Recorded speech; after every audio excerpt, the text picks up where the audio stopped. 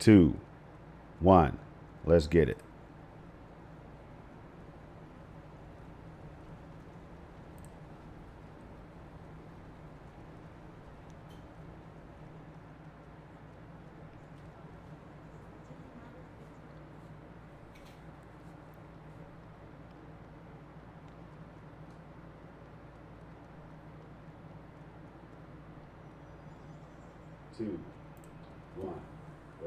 All right, microphone check. Let me turn this TV volume down over here on my second display, y'all. Microphone check. Hopefully all is well. Welcome to episode 34 of the SML Podcast with myself and MM2K. Or should I say MM2K and myself, you know? Now, I want to say this right here, y'all. If you could let us know, first of all, it's good to see you early birds out here. Stadia Revolution is in the building, y'all. Check Rev out. Subscribe to his channel. We got the Revolutionary Storm coming to y'all. Episode 8 is coming tomorrow on my channel right here on the Project Storm YouTube channel. So check us out at 11 a.m. Eastern time. I got that out of the way, MM2K. Got it out of the way early, man. Shout out to Rev. So we got G Millie is in the building, man. G Million's out here. He had to send that PS5 in for repairs. G Millie, I feel bad for you, man. But I hope you got an opportunity to play some Series X and some Stadia, most importantly. So keep us posted on that, G Millie. Let us know what's going down with that, man. Then we got Stadia Doses News, the channel that I know that you all are subscribed to already. And if you are not, that's where you want to be. You want to hit that red button over there. You could go to that channel at any time during the show. Hit that subscribe button, man. MM2K and Jack Deslip and others, myself, we are always up to some type of giveaways or something, man. We're always thinking about it if we're not in action, right? So you want to be subscribed to the Stadia Doses News channel. Amanor is in the building. If he wasn't here, I would be worried about it. Amanor, I'm gonna need your number, man. I give you my phone number. You trade numbers with me, man. I want to make sure I can check on you because we need Amanor around, y'all. If Amanor is not here, something's gonna happen. I don't know what, but it might not be good, you know. Then we got MM2K is in the building. He just snuck up in here like Sneaky Ray Sherrod, saying, "Yo, yo, yo." Good to see MM2K up in there. How can you be in two places at one damn time? I don't know, man. I don't know. It's magic. It's that Stadia magic. Well, it's like how Stadia is in what was it? What is this storm? We're gonna get into it. Stadia is potentially in 1.7 billion places at one time, but I ain't gonna get too far into Man, wait a minute. You meant 80 million, right? I know you're not talking 1.7 billion. I'm out here talking to Stadia Revolution and others out here. Clive Illenden is everybody's tweeting out like 80 million. Stadia just became available in 80 million potential homes or whatever on 80 million plus devices and all that, man. The numbers are crazy. When you start dealing with millions and billions, you lose me, man. I'm a hundreds and thousands type of dude. Here we go. Yes, sir. Ron Slusher's in the building early Saturday morning here in the U.S. East Coast time with me and MM2K, man. We're both East Coast ghosts. You heard? Junior Thanos is in the house saying, "We ready." Junior, man, good to see you. Dominicano, we got something planned for Dominicano. He doesn't even know yet, man. But this brother right here, y'all, I can appreciate somebody that's not afraid to ask questions when they need a little bit of support, man. Put it out there. Not be embarrassed about it, man. We keep saying that we're here for you all as a community. That's what community is all about. We help each other, man. So we got some special shout outs. And Dominicano 791J is definitely one of those people that we're going to be talking about. So let's get on with the show and we'll get to it. Unitrix in the building, always showing support, man. If I know you by name, hey, you two, hold on. What the hell? I like to be able to laugh at MM2K and bother him, man. Unitrix, man, hold on one second. Because, see, I don't know what the hell is going on, man. Brother? Like, is this Unitrix evolved or something? Like, what? YouTube, why is Unitrix not a moderator when he's in every damn live stream I do? He's always showing support. He's not on no dumb stuff. Come on, man. Handle that. Unitrix, it should be taken care of right now, man. Don't worry. Heath Stevens is in the house. MM2K's PA brethren is in the building, man. Heath is always doing the same damn thing, showing mad support. I mean, Heath hit me up behind the scenes like, Storm, man, we got to get on that PUBG and all that. I said, Heath, I need to get this solo chicken dinner first, man, and then I'm down with it. But I have to break this curse. I cannot get the solo chicken dinner on Stadia, y'all, after getting like 50 plus dinners on the platform already. And like almost 600 on Xbox, and like 8 on PC, 2K, and then 6 or 7 on PlayStation. Man, I got a lot of pub skills in, but I cannot get that solo chicken dinner. But I know who did get one. The boy Dre, man. Dre, formerly known as DKS. Okay, good. Well, yeah, he got 2 in. I think he got 2 in a row. But all right, so here we go. Dre Day. Yeah, man. Tommy Rocks 81 saying what's up, man. He bought the Wildlands on Stadia yesterday. What a fantastic experience. One of the best parts, man. Yep. Then we got DC Projects in the house. You know, anytime a brother got the name Project, man, I'm always, hey, it's bias. There's some bias in there. I don't care. Because, see, my name, in case people didn't know, I had to say it. We on my channel today, y'all. So give me a second, man. Like, Project Storm. Yeah. My first name on Xbox used to be Luminous Storm, right? Back in 2001, 2002 or whatever. And then we came up with this clan, man. There was a lot of brothers or whatever, some of us from the actual projects who lived in the projects and stuff before, right, in chat? Yes, sir. So then we evolved that, though. We were like, yo, man, we can't just keep it, like, segregate the whole thing and make it only, like, hood people and all that, man. We got people asking to be a part of the clan. They like what we're doing. So we opened the thing up and made it a project in itself. Yeah. So how cool is that, man? So that's where you get Project Storm, bro. Man. Luminous Storm evolved to Project Storm, man. I appreciate it, bro. Romello Thomas is in the house, man. What's up, MM? Let me shout out DC Projects real quick. We got a cat. I know a cat named DC Projects from around the way. I don't know if it's the same person, but if it is, what's up, Ike? All right, I just had to throw that up there. All right, go ahead. You know, it's an inside PA thing. What's up, Ike? Yeah, I know all about it. So Romello Thomas is in the building, man. One of the youngest gamers out here doing this thing. You know, Alberto Madonna is also always around, man. I don't know what I would do without you guys, man. But I tell you what, we have a hell of a show planned. But before we do that, we got some housekeeping as usual. We got to pay the bills, as Z and MM2K and them broadband bully boys would say. Go ahead, MM. Now you would get me when I'm stuffing it. Oh, hey, it's cool because I got because I got this Chick-fil-A muffin right here, this biscuit or whatever, man. So go ahead. Hey, yo, it's morning time here, but enjoy y'all stuff. Man, we got Tubaj in the house, man. Tubaj is in the Tubaj. Damn, Tubaj. MM2K with this Tubaj, man. Tubug, man. 313. I think Tubaj said that's how you pronounce it, right? Man, from what I understand, I don't know, man. Tubug, man. He spelled it out bug, B-U-G. I'm saying Tubug, man. All right. Charles Oren is in the building. Charles is also behind the scenes, always breaking things down in a thoughtful manner. Alex Billy is in the house, man. Hey, but shout listen, out to Alex. At some point during the show, MM2K will decide, he will remind me, because we're going to be running our mouths as usual, y'all. But we're going to open up these phone lines, man. MM2K, you want to add that to your speech when you do the housekeeping, man? Oh, absolutely. Yes, sir. Yes, sir. So let me know whenever you're ready for me to go through the bills, and I will definitely. You can break it down. Break it down. Hey, look, y'all. This is a PNTS Network show. If y'all don't know what PNTS Network is, this is a collaboration of podcasters, streamers, and the likes, where we talk about all things gaming.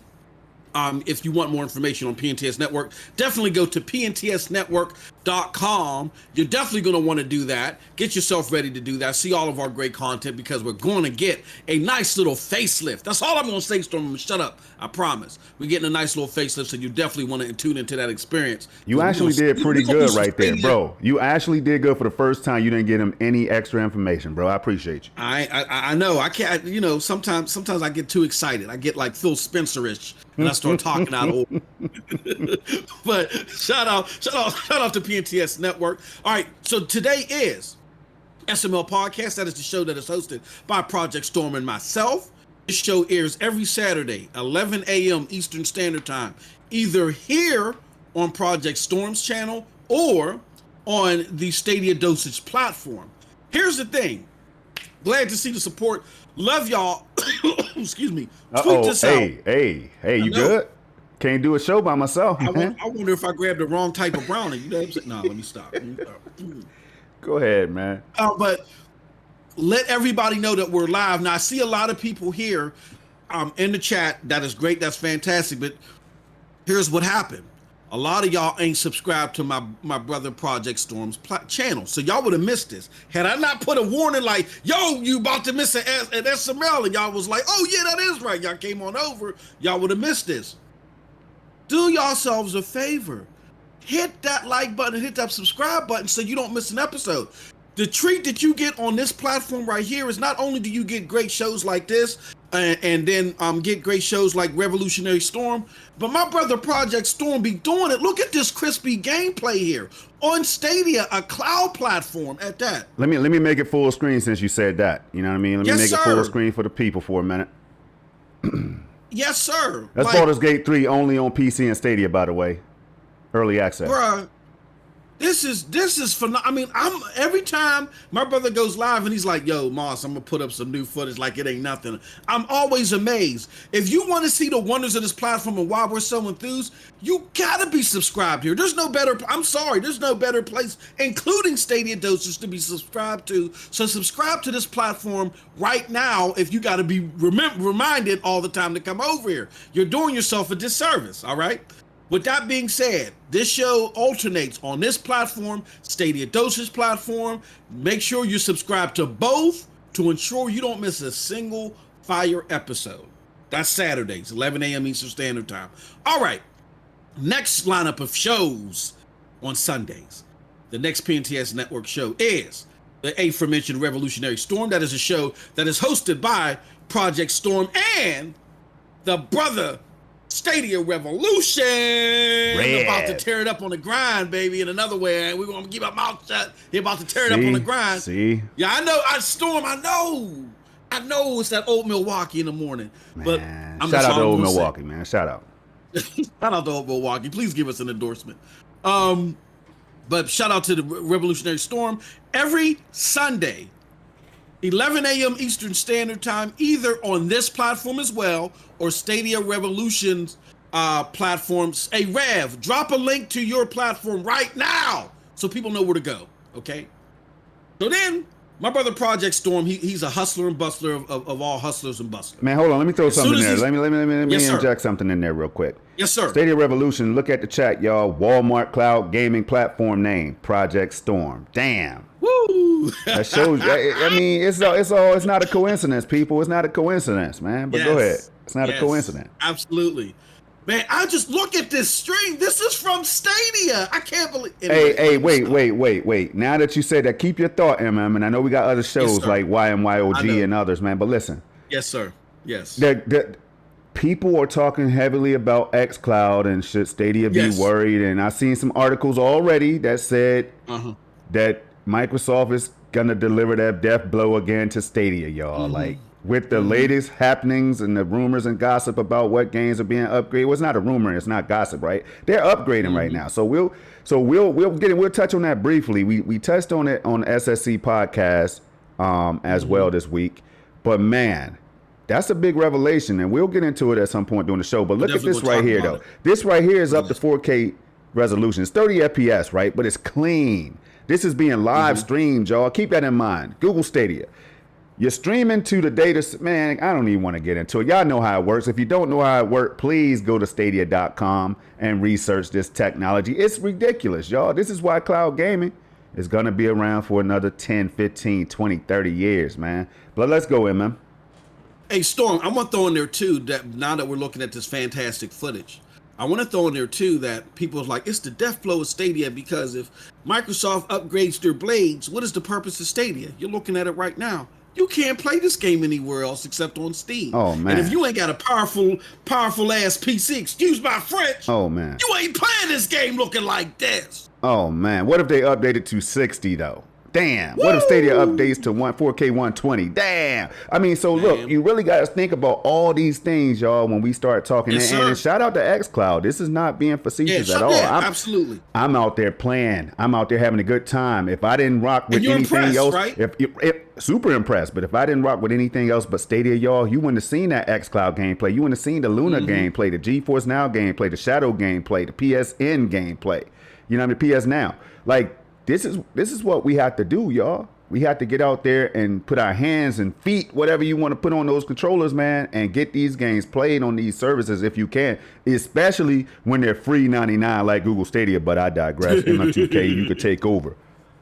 Absolutely. Like, yeah, it's important. I think it's important to bring that up. And I brought that up, Storm, because I was having conversations with people, and we forget that there are people that may see this that love our content, but may not be 100% sold yet on the platform. But now they're starting to cross over, because now they're starting to see it on their Google TVs. We're going to get into all that. Now they're going to start seeing the potential, of the advertising power of Google with this platform. And despite what happens in the traditional gaming, why this, and I may even argue Amazon, they're here to stay. That, we're going to talk about that. But with that being said, it's important for people to know that. People ask me all the time, what are Google's exclusives or whatever? And, we can't just assume because they're not well known that people won't like them. You just saw one, Baldur's Gate 3, which unless you got a powerful ass PC, you're not playing it looking like that anywhere except on Google Stadia, right?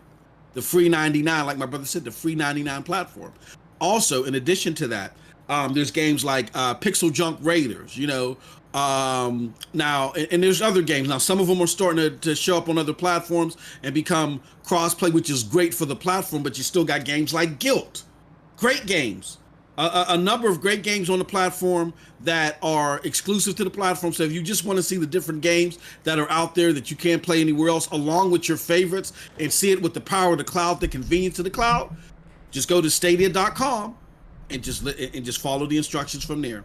All right. So with that said, they're going to talk about that all day Sunday, tomorrow as well, on Stadia, a Revolutionary Storm, Stadia Rev, and my brother Project Storm. Then my brother Project Storm, the hardest working man out here, period, man, with the videos, everything. He takes off this Revolutionary Storm jacket, puts on the Yang Mix Yang jacket, and he co-hosts Yang Mix Yang with Snow Bunny Gaming and the homie Rome Rush. That show airs every Sunday when it comes back, and I believe it's going to be back tomorrow. I hope it's going to be back tomorrow, man. I hope nothing happens. It should be back tomorrow for y'all.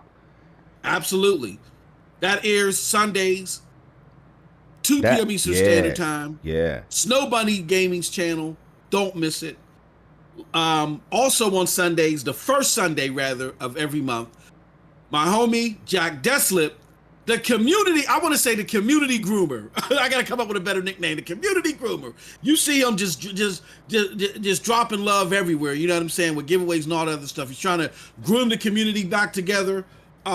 Which is a great thing through the Summer Community Championships, the TNSS giveaways that we gave a couple of days ago.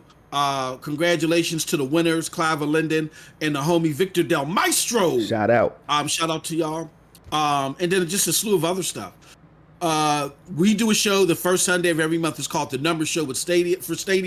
It's a very important show because a lot of people like to say the platform is dead. They just say it on conjecture.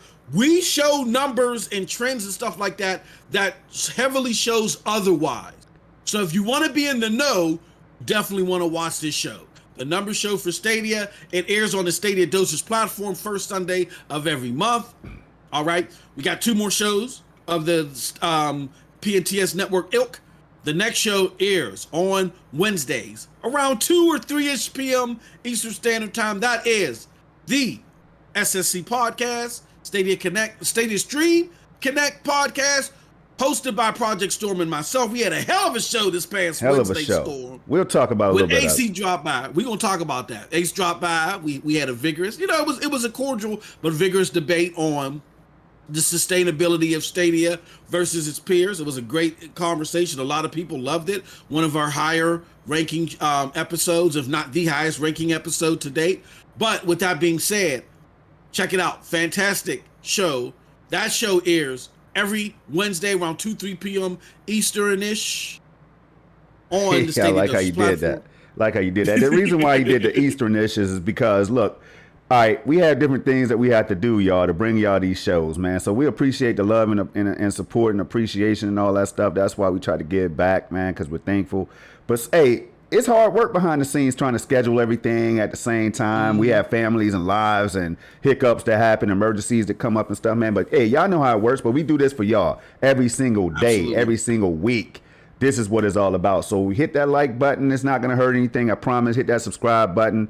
It's not going to do a thing to you. You don't have to turn notifications on if you don't want. Just hit that sub button so you can catch these videos that I'm going to be dropping, because I'm telling you, along with the summer community championship and all that, which I'm going to start really advertising here soon, you don't want to miss out on the content, man, like MM2K says. So I just wanted to throw that in there one more time, man.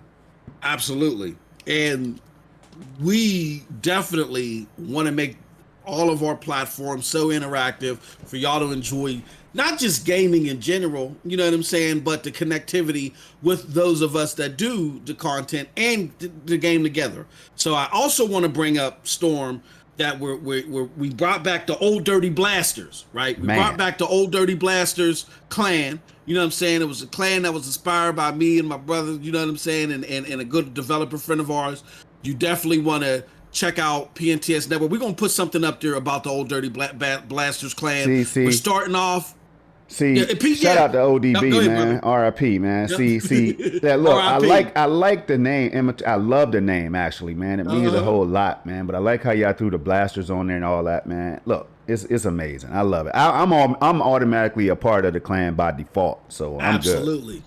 Absolutely. So definitely check us out there, where we're starting off with Division 2. Borderlands 3 is now officially crossplay.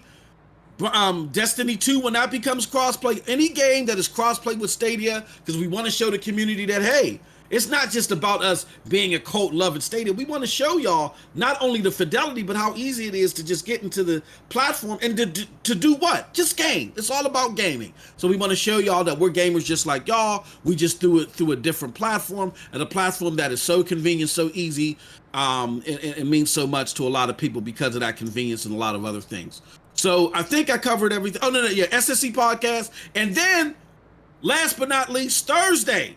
I think we're going to do it because the homie Doc Dark is back. We got the homie Proper's Places back. Everybody going to be back. Thursday, look out for an episode, the reemergence of the Commission Podcast. It's the big PNTS Network powwow where we talk everything gaming, consoles, Switch, mobile, PC, all of that stuff, man. Join us Thursdays, 8 p.m. Eastern Standard Time on my channel, the MM2K Videos channel on YouTube. I'm done, Storm. I know that seems like a lot. If that seems like a lot, it's because it is a lot, y'all. But you know what I'm saying? We put that effort into it for y'all. But anyway, we're going to jump into the show. But before we do that, man, I see some more peoples up in here that I know. Woo! We got Gandara 6590. We got Victor Del Maestro showed up in the chat. Oh, congratulations to Vic. We got Bibbidi Bop. Oh, yeah, Bibbidi Bop. Stick around, man. Don't go nowhere. Stick around, Bibbidi Bop. We got a highlight for you. Monkey Boy is in the house, man. Also, always showing love. I think everybody. Alex Billy is in the building, man. All right, so we're going to go ahead and move on with topic number 1. Yes, sir. Okay, let's do it. I got it up on the screen. And I know that took a long time, people, but we get excited. We have a lot to talk about, a lot to cover. If we don't promote all these things, we get our asses handed to us, man. So here we go. Stadia changelog 9 to 5. Shout out to 9 to 5 Google. They always, y'all know how we feel about them when they put that work in and all that, man. It could be appreciated. Kyle Bradshaw. All right, we got another one from him, and I'm gonna go ahead and put it on the screen for y'all. Give me 1 second here. Hopefully everything will get up there just properly. 1 second. I don't know why. This is so simple to do. It's so simple, y'all. All right, so I have it up right now, and it should be live for y'all to see. It'll load up soon. Yeah. If y'all can't see it, then let me know. But here we go. Stadia changelog, y'all. All right, as you already know, we're not going to go through the whole thing. Rev and I, we like to come back and chop this thing up in detail and stuff like that and what it means to us as gamers and consumers or whatever. But Hello Engineers, y'all can see in early access. From what I understand about this game, Hello Engineer, I tried to play Hello Neighbor or whatever, and then I heard some things about the game. Hey, shout out! Hey, yo, shout out to 6'4", man. 6'4", 6'4", man, 6'4". Hey, check it out. Put it like this, right? So, all right. So the game is millions of people play the game, man. Kids, adults, or whatever. I'm hearing great things about it. I tried Hello Neighbor. The control was a little bit too fast for me or whatever. I tried to slow it down. I don't know if there was a sensitivity setting or whatever at the time, but there was something Then I was just like, okay, I'll come back to this one a little bit later. Then Secret Neighbor or something dropped. I can't remember. I might be wrong, but another one dropped, right? And then now we're having Hello Engineer, man. But I'm hearing something cool about this one. I'm hearing that it's only available for Stadia and early access, maybe PC, Stadia and PC. Maybe, correct me if I'm wrong, y'all. MM2K. Now we lost SG&E, but we had Little Nightmares 2. We had Darksiders Genesis that dropped early. I remember that, if I'm not mistaken. Stadia Revolution in chat. Y'all let me know if I'm wrong here. We got this Baldur's Gate early access. Can this be a trend for Stadia? Could this be a pattern? Before we get into the other highlights of this other article. Yeah, I know there's rigorous debate, and shout out again to the show that we had this past Thursday where we got to see the alternative side on the perspective here. But again, like I said, we like to pivot off the evidence and follow the evidence. And the evidence is, if you just go back, it's always great to go off of precedent, because my brother, shout out to Porter Rock. Now, Porter Rock is a long-standing PlayStation fanatic. He don't deny it. You know what I'm saying? Shout out to his show, 60 frames per second, no lag, right? And me and him used to go back and forth. That's how really I got my feet wet in this whole thing. I've been doing this for a few years, and I used to go back and forth with Porter Rock Storm because I was a big Xbox guy. And I used to say things that emotionally tantalized me, but they weren't rooted in precedent, where Porter Rock was. And I kept finding myself time after time, falling off. You know what I'm saying? Cindy. Shout out to Cindy. Lapa. Ended up on the wrong end of what was happening down the road. And my brother sat and talked to me, and he said, look, here's what it is, MM2K. You don't know all this stuff. Like I said, I've been doing this for a while. You don't know all the behind the scenes stuff like how I know. You got to understand who Phil Spencer is and who these people are, and you got to research this stuff. He said, I'm debating people, and I've been debating people for a while, so I research this stuff. When you start researching this stuff and go beyond the numbers alone, you'll be able to understand trends in advance. And I said, oh, okay. And I started following him, and absolutely, the stuff that I was predicting was pivoting off of facts, so therefore I found myself more often on the right side of the curve, right? So with that being said, a lot of people question SG&E closing down. What does that mean for Stadia? Stadia this and Stadia that. When Xbox can do this and Xbox can do that. Here's the thing. As great as no, I'm not going to get to that point yet. I'll just focus on SG&E. When you follow the facts and you follow precedent, when you look at what Stadia was at last year, opposed to where it's at this year. Around this time last year, people were whining and crying, talking about Stadia went on hiatus. They went on the FBI's most wanted list and disappeared, right? And they went on hiatus, and Unsolved Mysteries, Robert Stack and all them had to find them because nobody knew what they were coming out with. Right. Now we got more games than we can play. The NIS slate of games that Xbox can't even get. We got Hitman 3 that's dropping content all the time, coming day and date. Little Nightmares 2 dropping day before date. You got it on Stadia before you got it anywhere else.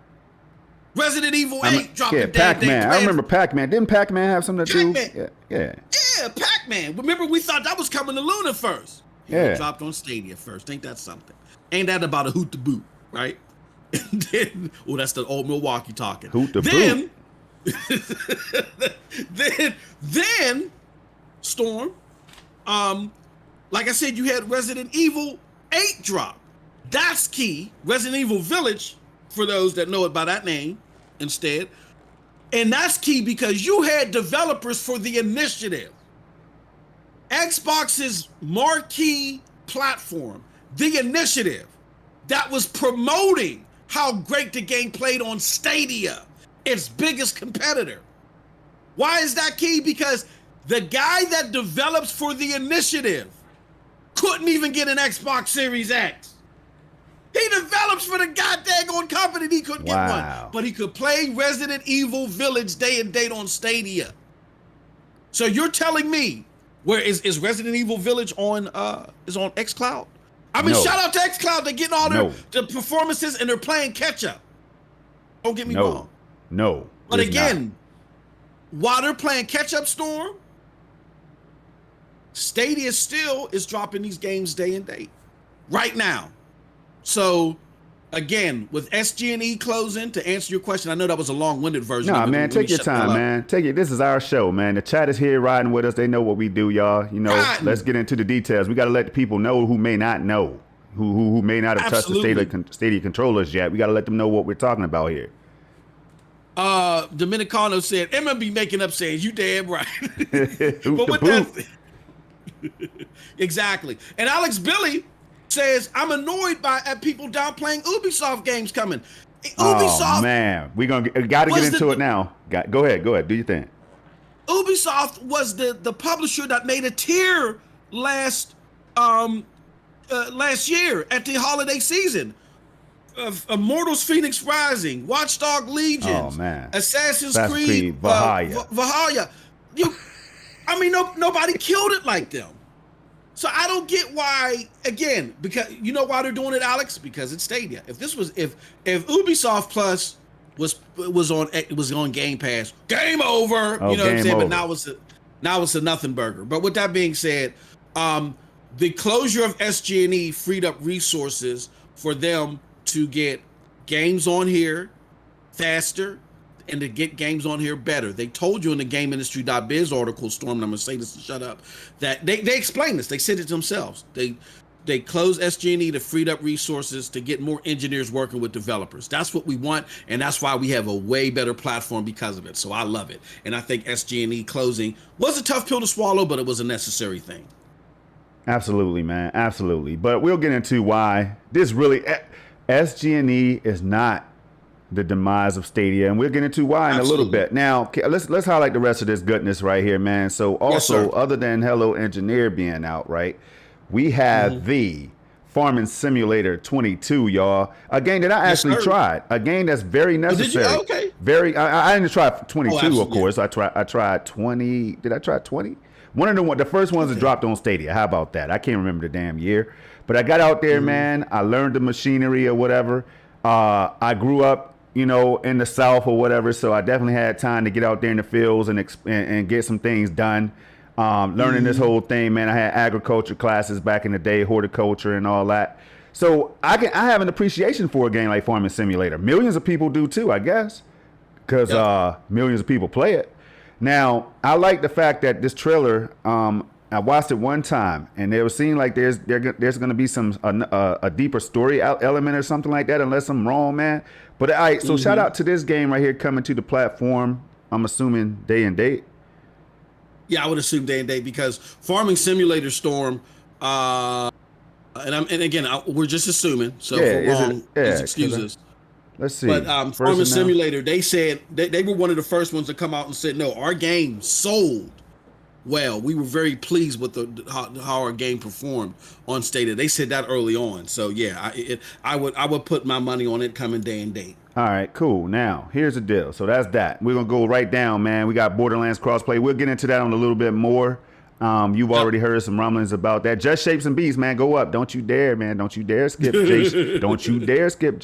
This game right here, a lot of you all slept on it, right? Yeah. Just Shapes and Beats. It's not for me, some of you said.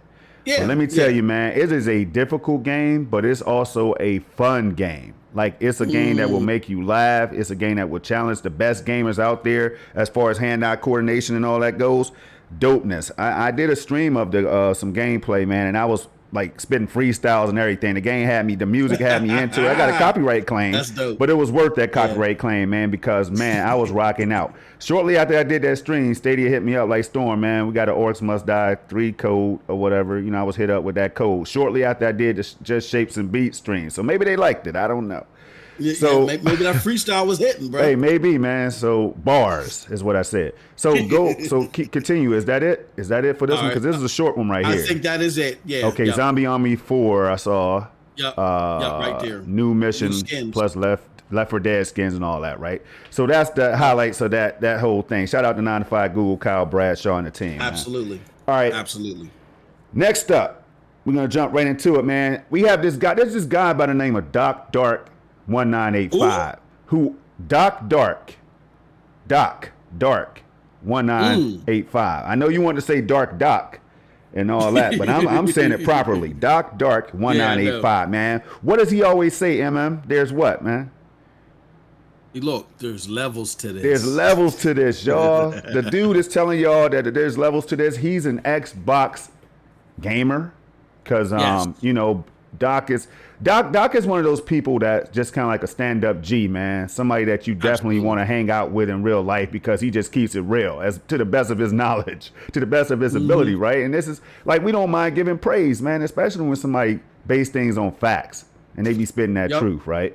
So a couple things that Doc, couple videos he made recently. One was titled, and of course, subscribe to his channel if you haven't already. I'm talking about, this is somebody whose channel you want to subscribe to if you're a gamer. Whether you like Xbox or not, subscribe to the brother's channel because clearly he don't have a real clear-cut bias in any matter. He just got a PS4 Pro. He plays the hell out of Stadia. Man, his family just learned about Stadia according to the videos. Y'all got to check these videos out. They're not too long. There's no excuse not to jump into it. But right here, Stadia is still better, but xCloud is trying to compete. That's right. That's the first one. That's the first one he dropped. Now look at that title. Stadia is still better, but xCloud is trying to compete. And in this video, he plays the game. He plays Division 2. He shows y'all what the deal really is and why he keeps saying, I'm not capping, man. Stadia is the truth right now. xCloud has to catch up, blah, blah, blah. But if Stadia don't get there, if they don't stay on top of their game, they're going to make room, and I'm paraphrasing, they're going to make room for xCloud to potentially come in and shake things up. So this right here is the kind of stuff I want to hear. You know, he's definitely playing Xbox. He's played xCloud, and he's saying Stadia is better right now. I love it, MM2K. You have any thoughts on this first video? Well, I'm chatting with Doc now. Me and him was rapping. He's like, when y'all live, man? I said, we live now. Shouting you out. Shouting you out, man. Get up in the building.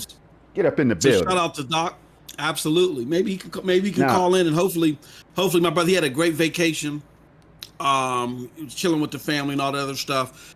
We're gonna get into what he talked about in that second video, which is just mind blowing, right? Yeah, man. And hopefully we can get, maybe the brother's free. We can get him on the commission this Thursday. That being said, yeah, Doc. Again, for those that don't know who this guy is, who've been living under a rock and don't understand what he means to the platform. We heard Doc talking one day about cloud gaming. He really wasn't into it. He tried cloud gaming on xCloud, you know, as he would go to the laundromat or do different things, right? But that was the extent of his exposure to cloud gaming. We sent him, we said, look, brother, he made a video about it. We sent him and when I say we, I mean you guys, the Stadia community, because if it wasn't for you, we wouldn't have been able to do it. The Stadia community sent the brother Doc Dark a Chromecast Ultra, a Stadia controller, and we let him play Stadia. And we said, look, brother, go to stadia.com, sign up, get all this other stuff, gave him some access to some games, and said, look, man, you may not walk away and say this is your favorite way to play or the way that you prefer to play at all. But we want to increase your knowledge base of it, because that's all it's about. If we increase everybody's knowledge base about it, out of every 10 right now, you might have 2 or 3 that might say, okay, this is the way for me to game right now. But that's still 2 to 3 that weren't there before. Okay, so let's try to get more exposure to people. And he got exposure to it, and his mind was blown. It completely flipped 180, his whole perspective on cloud gaming altogether. So the brother started making videos talking about how he, even though as a self-proclaimed X-bot, and I know he tried to back away from that recently, but we're gonna get him back on that. We're gonna get him back on that staple. You know what I'm saying? He's an X-bot, and be proud of it. We're gonna talk to my brother about that. Anyway, so he said, even though I'm a self-proclaimed Xbox, and Xbox is my preferred way to play, Stadia definitely fits into my portfolio. It's something that I'm going to use regularly, right? And that's all you can ask for if you're Stadia. especially this early on in the process. So with that being said, he's dropping videos. Even though xCloud is his preferred way to play, he's keeping it real. He's not looking at it rosy-eyed and just going off of what's being said. He's like, look, this is what I have in my hands, so I'm gonna go off of what I have in my hands. When I see things come to fruition, if I gotta recalibrate my thinking, I'll do that. But right now, I'm gonna tell y'all what I got in my hands. You know what I'm saying? And he's just dropping bomb after bomb after bomb. And now let me scroll down real quick. When we first met this brother, he was barely over 1,000 subs. Yep. By him talking about Stadia, getting more exposure, my brother's almost, and I was like, what, 2 months ago, Storm, or almost 3 months ago. My brother's already almost at 3,500 subs, y'all. So he definitely has quality. You don't make such a leap unless you got quality content. Hey, MM, and while still doing what he loves to do, like keeping it Xbox and all that, man, because that's the first priority, that's the first choice. But also letting us know that, hey, as a consumer, he understands the rights, he understands the options that are out there and everything else, man. You gotta love the content. That's all I'm saying, y'all. But that's only one video right here, man. There was another one. MM2K. I don't know if you could get that up there, man. Yeah, I got it. But this one right here, Stadia is better. Stadia ain't going nowhere. Like y'all know P. Diddy. If you know P. Diddy and them boys, man, you know they made this. We ain't going nowhere. That right there, y'all. Diddy and them. Shout out to them, man. Bad boy.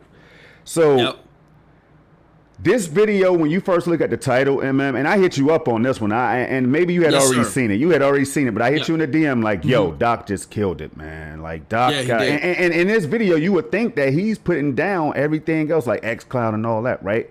Nah, in this video, he's keeping it real, telling you what Stadia needs to do to capture a bigger audience and do all the things that they want to do, right? But he's also saying what xCloud needs to do, what needs to happen to get right. And because of that level of unbiasedness, man, that's why I continue to watch every video that Doc drops, man. This video right here was so powerful. Clive Illenden, man. Y'all know Clive. Shout out to Clive, man. He might be lurking right now. But Clive don't really retweet stuff. You know how strict Clive is. He don't tolerate the nonsense like my brother M2K. Clive retweeted this one, and I should have retweeted it first, man. I felt bad. I was like, damn, I watched this video before Clive, and I didn't retweet it. But I said, nah, because I don't know if Doc wanted me to put that one out there like that, man. I don't know if he wanted me to, coming from a heavy Stadia gamer, I don't know if he wanted me to retweet that one to the people, man. But Clive went out there and did it anyway, yo. So it tells you something. Like, he said how he felt. All of this is not peaches and cream about Stadia, y'all. But it was something that was so realistic that we could respect it. And man, what's your thoughts? My thoughts is that I think you hit it right on the nail. Number one, again, if you're not subscribed to this brother's platform, you're doing yourself a disservice. He doesn't make the jump from, a little bit over 1,000 to 3,500 in a couple of months. Crazy. Unless he has great content. He keeps it real about Stadia. Like even in the chat, there's different people that, say, well, yeah, I agree with this, but I don't agree with that. And that's okay. We don't have to all be on the same page. You know what I'm saying? We can have different viewpoints of this, but at least the brother's having a discussion from facts.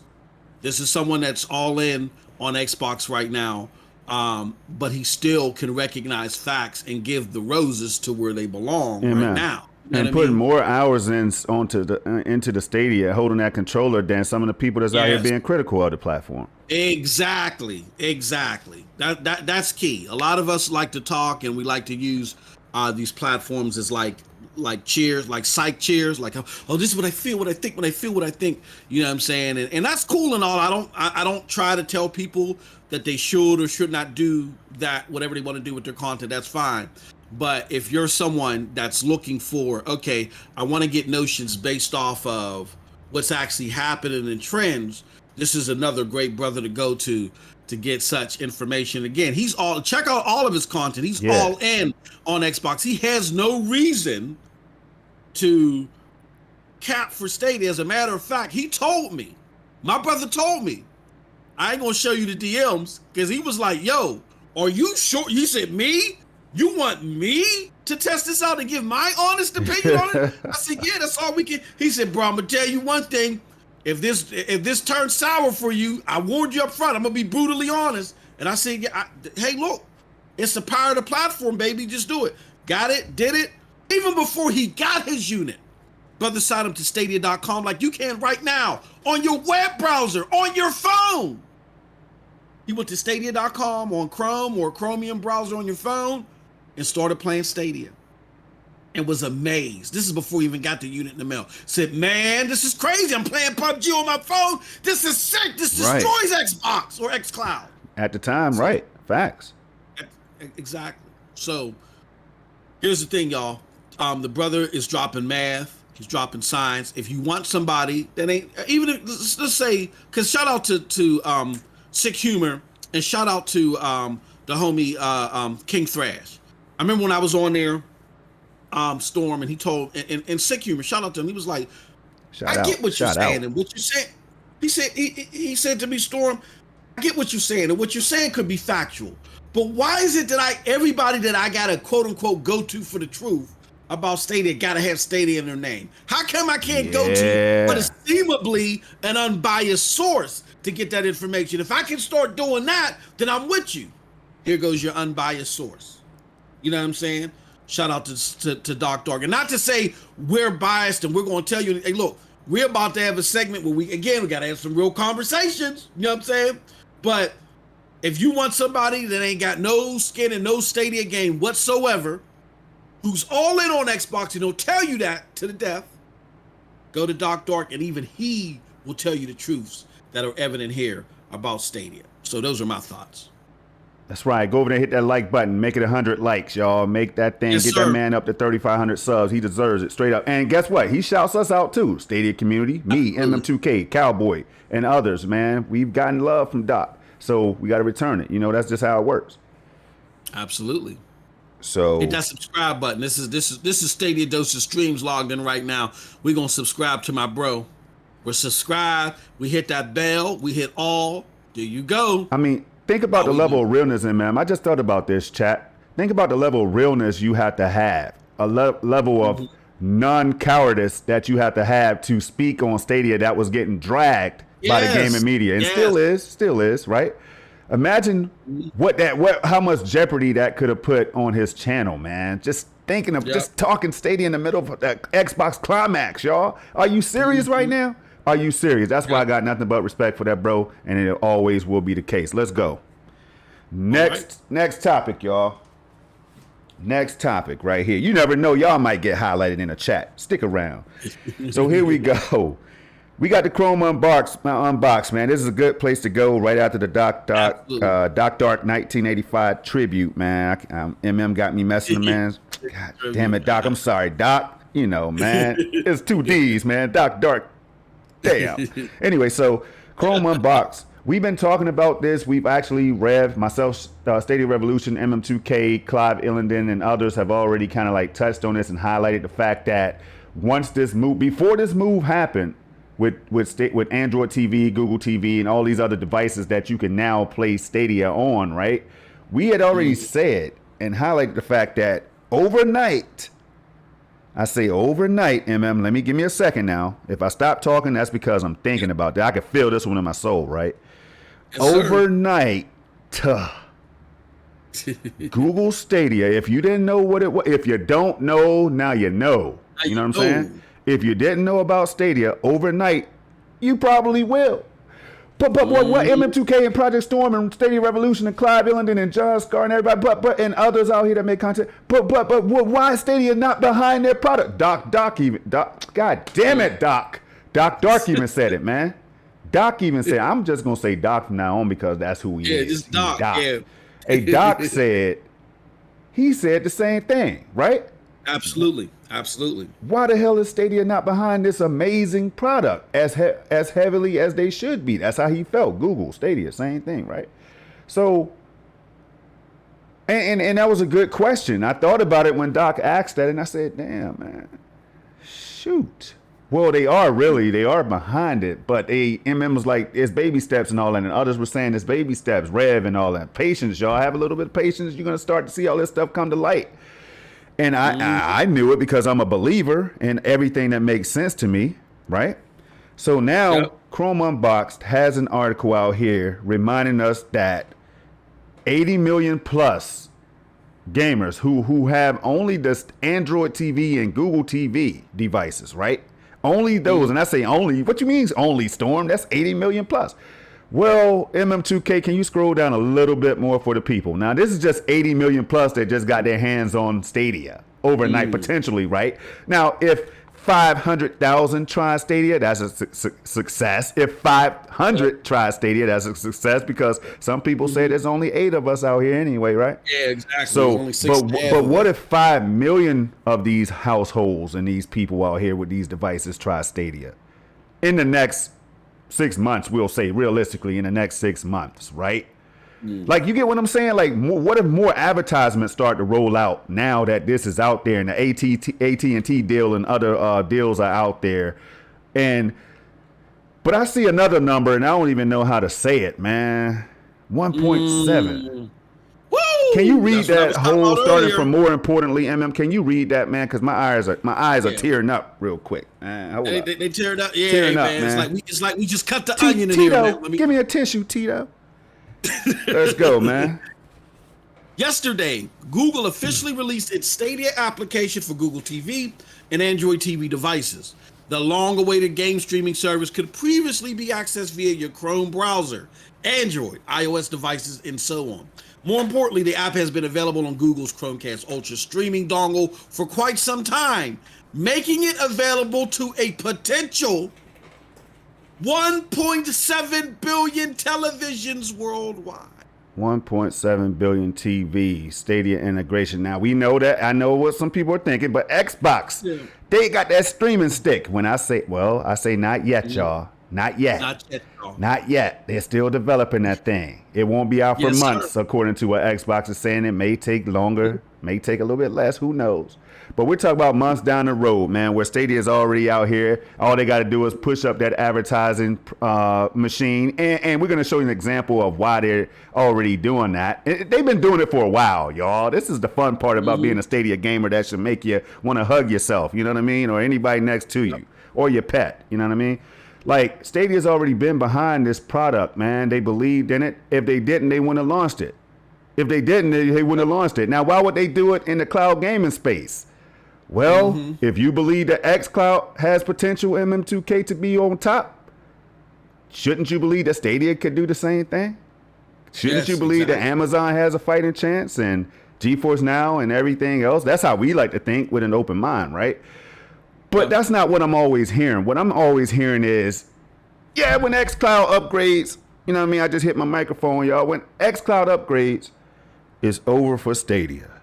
Whereas Stadia gamers are out here just saying, damn, Google, keep on doing what you're doing for the gamers out here. The cloud gaming space is just getting real competitive, and it's good for all. And you know somebody who said the same thing? Google Stadia themselves put out a tweet. I don't know if we had that. We probably don't even forget the tweet. Y'all can go and find it. Just go follow Google Stadia on Twitter. You know what I'm saying? I don't think we've ever done that before, man. Go follow Google Stadia. They have they're on their way to 300 and something thousand followers, but nobody cares about Stadia. Damn it! Hold on, man. Wow. There's 8 of us, sometimes 6, sometimes 5. Yep. On their way to 300 and something thousand followers just on Twitter. I haven't checked Facebook and other places, but I know Reddit, that whole community is on its way to like 115,000 or something like that last time I checked members. But now you do a move like this, MM2K, and what are we talking about here, man? Like, what? If you're a hater, what do you have to say, MM? If you're skeptical and you thought Stadia was about to die, please break it down. Take 5 minutes, MM. Take your time, bro. Please. Well, break it down, man. Here's what we're seeing. Here's what we're seeing a lot of. And again, shout out again to the fantastic discussion that we have that really, I think the biggest thing that it did was it showed the contrast in approaches when looking at Stadia through a promising lens and looking at Stadia through a more of a more prominently, this might be a failure type of lens, right?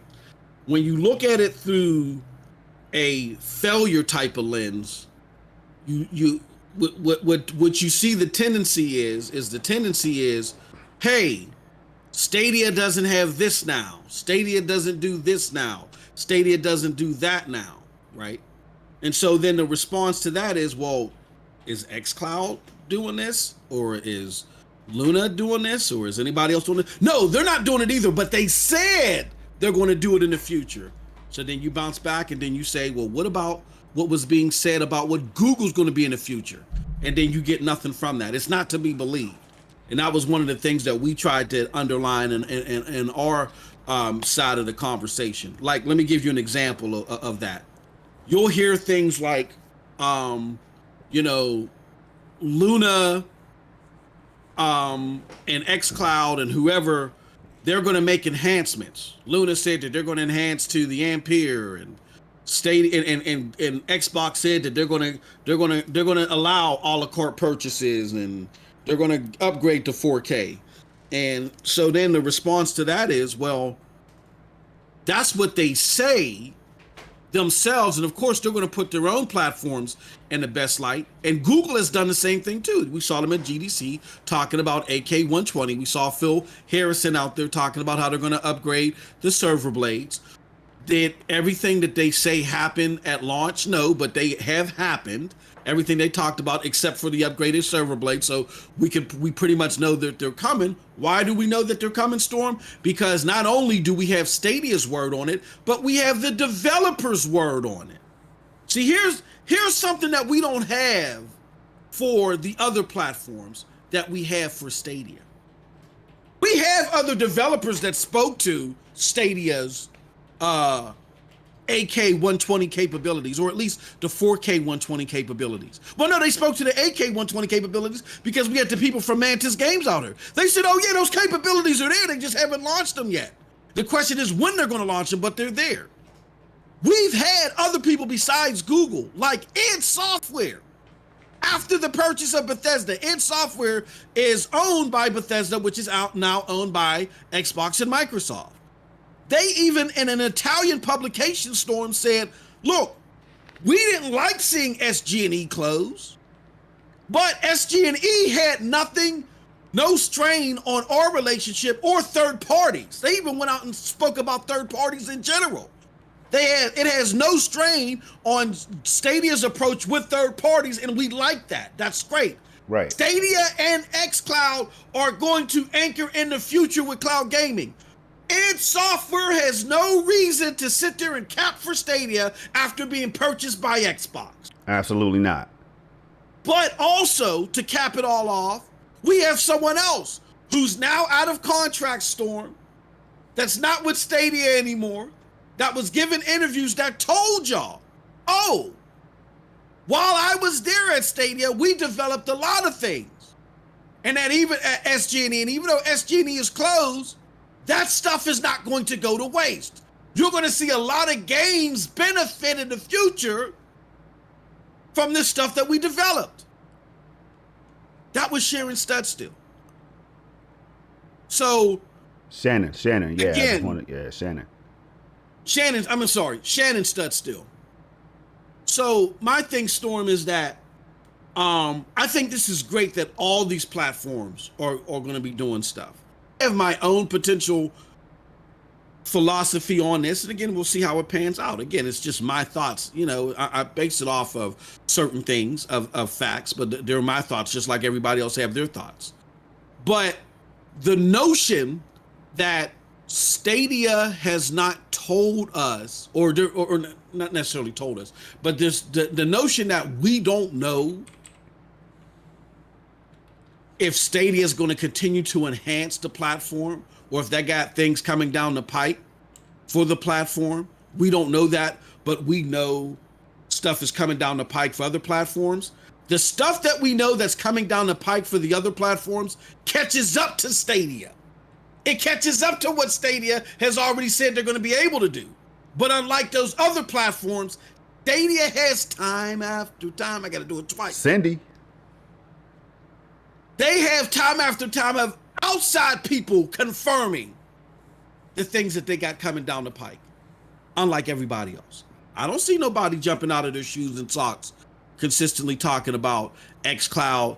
Oh, I've seen the 4K 120 on xCloud. I don't see that. I haven't seen anybody talk outside on the development side talk about these Ampere blades. I haven't seen anybody talk about that. But we got cases after case of people talking about these upgrades that they've seen up front on Stadia.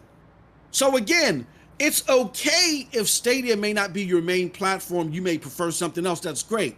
But the suggestion that Stadia's future is out there in the ethos and there's no clues or no indications of what's going on, but the Xbox and the other platforms' future is solid, I don't think jives with the facts. Again, we're seeing information from those other platforms that they're going to catch up to what Stadia can do now.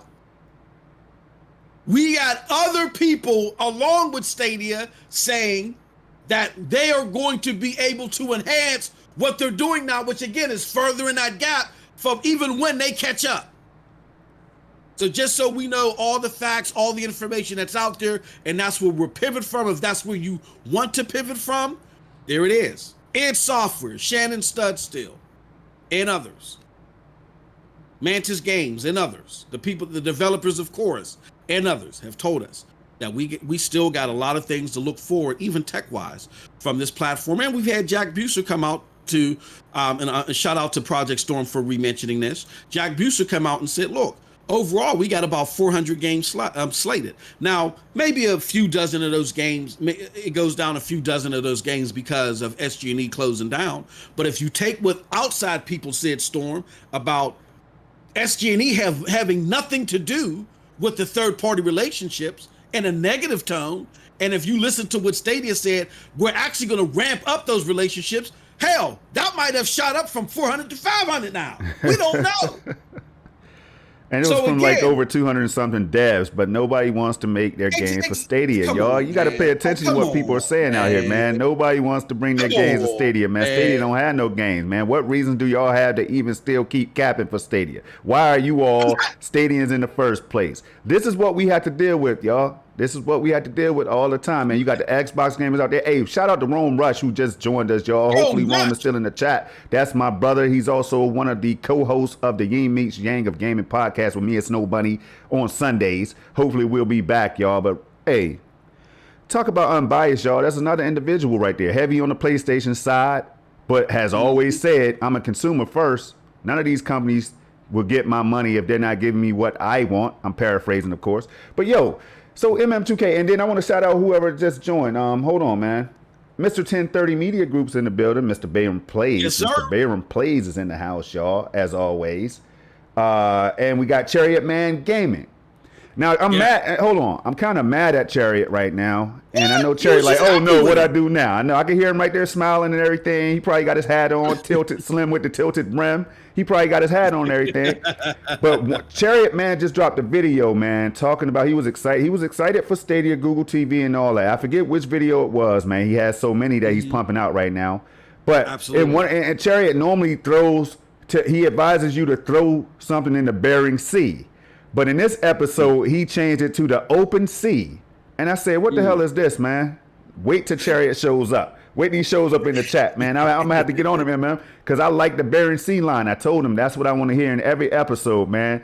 Throw the, for example, man, he'll be like, if you don't like something, if you don't like what Stadia's giving you, throw it in the Bering Sea. All the way out in the Bering Sea, right? But he didn't do that for me, so I'm screaming, forget Chariot right now until he fixes that. Oh, man. That's Chariot. my bro, man. Oh, man. That's my bro for real. You can't do nothing for Storm. You done went and did all that footage. I'm just saying, but the Bering Sea was the most genius thing Chariot came up with. Then he shows a little picture of the ocean or the sea or whatever, man, like it's a tsunami or something crazy. I love it, man. One of the highlights of me why I go to Chariot Man Gaming. Y'all check him out. Subscribe to the channel, man. The brother's putting in hard work. Storm, but we got Squid in the house too, man. Hold on. Squid right from AZ, Arizona, y'all. Arizona's taking over the damn world. I don't know why. I keep seeing it everywhere. I like Arizona iced teas. I keep telling Squid, man. But shout out to my homie Squid. Let's go, though. Let's go. Kill. Shout out to Project Kill in the chat, too. Project Kill's in the building. That's my brother in real life, y'all. Real life. Straight brother. We got to shout out these games, Storm, because, again, they look amazing, and we want people to know. We got to remember that even though we got a bustling chat, we got X amount of people watching.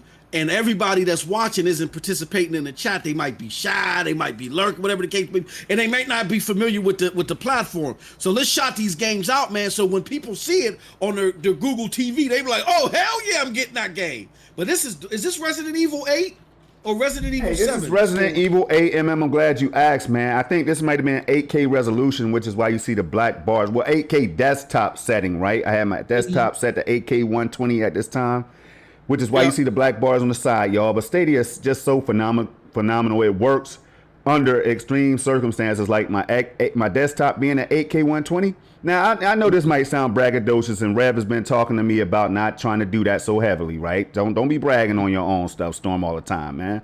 But Rev, 8K 120 desktop setting, do you know anybody else has even tried that before, y'all? I mean, come on, man. So this is Resident Evil Village. It does look better than this. This right here is a different brightness setting. I was tweaking and playing around with stuff, man. But look how it's running on Google Stadia, y'all. Google Stadia. Come on, Cherry Man I hope he just beat this. I know he was on his way to one of the final bosses. I'm not going to spoil it, but I know he was out there doing that. I didn't jump into the stream because of that reason. I don't want to see the ending, but Chariot put that work in, man, on Stadia. Absolutely. Shout out to Chariot Man, Gaming Squid in the house, everybody that's coming and joining it. Hit that like button. Ray Sherrod. We got Sneaky Ray in here, man. I saw the eyes earlier, but you were talking. Ray, you were in deep thought, so I didn't want to interrupt you, but damn, man. Ray Sherrod is in the house, y'all. Shout out Ray Sherrod is in the damn house. The whole stream is going to stop for a minute so everybody knows, man. This brother right here has been putting that work in. This brother's been keeping it real. He's been keeping it real. He had Luna. He at one point, Ray Sherrod promoted on Twitter that he had his own avatar or something that was created for him and all that stuff, but he still keeps it real and says that Stadia right now is his preference. Ray Sherrod, y'all. Check him out. Subscribe. The brother is on fire, on his way to 2,000 followers on Twitter if he didn't break that already. I think if he's already, my bad, but I know on YouTube, he's not there yet. So help the brother Ray Sherrod out, man. Hit that red button. I keep telling y'all, it's a red button.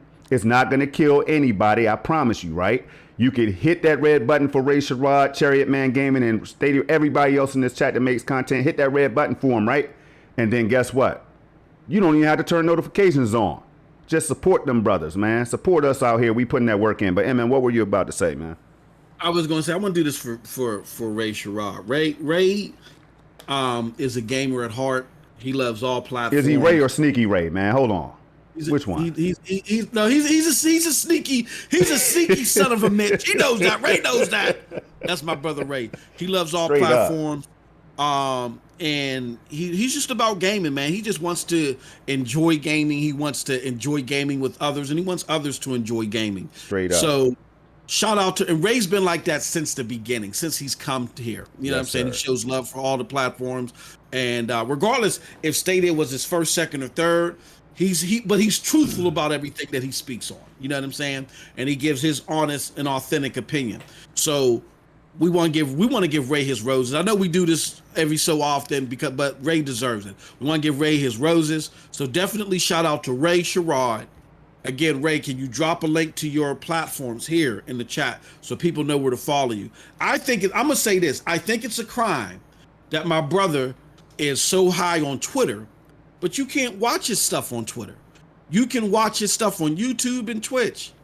Follow my brother on YouTube and Twitch. It's not that hard. It's not that hard. Show him the support. You know what I'm saying? Straight up. So I think it's a crime, and I think my brother, we're gonna give him his roses right now. So shout out to Ray Sherrod, and thank you, Ray, for all your support, brother. Thank you for everything that you do in the gaming community as a whole. I just had to throw that out there.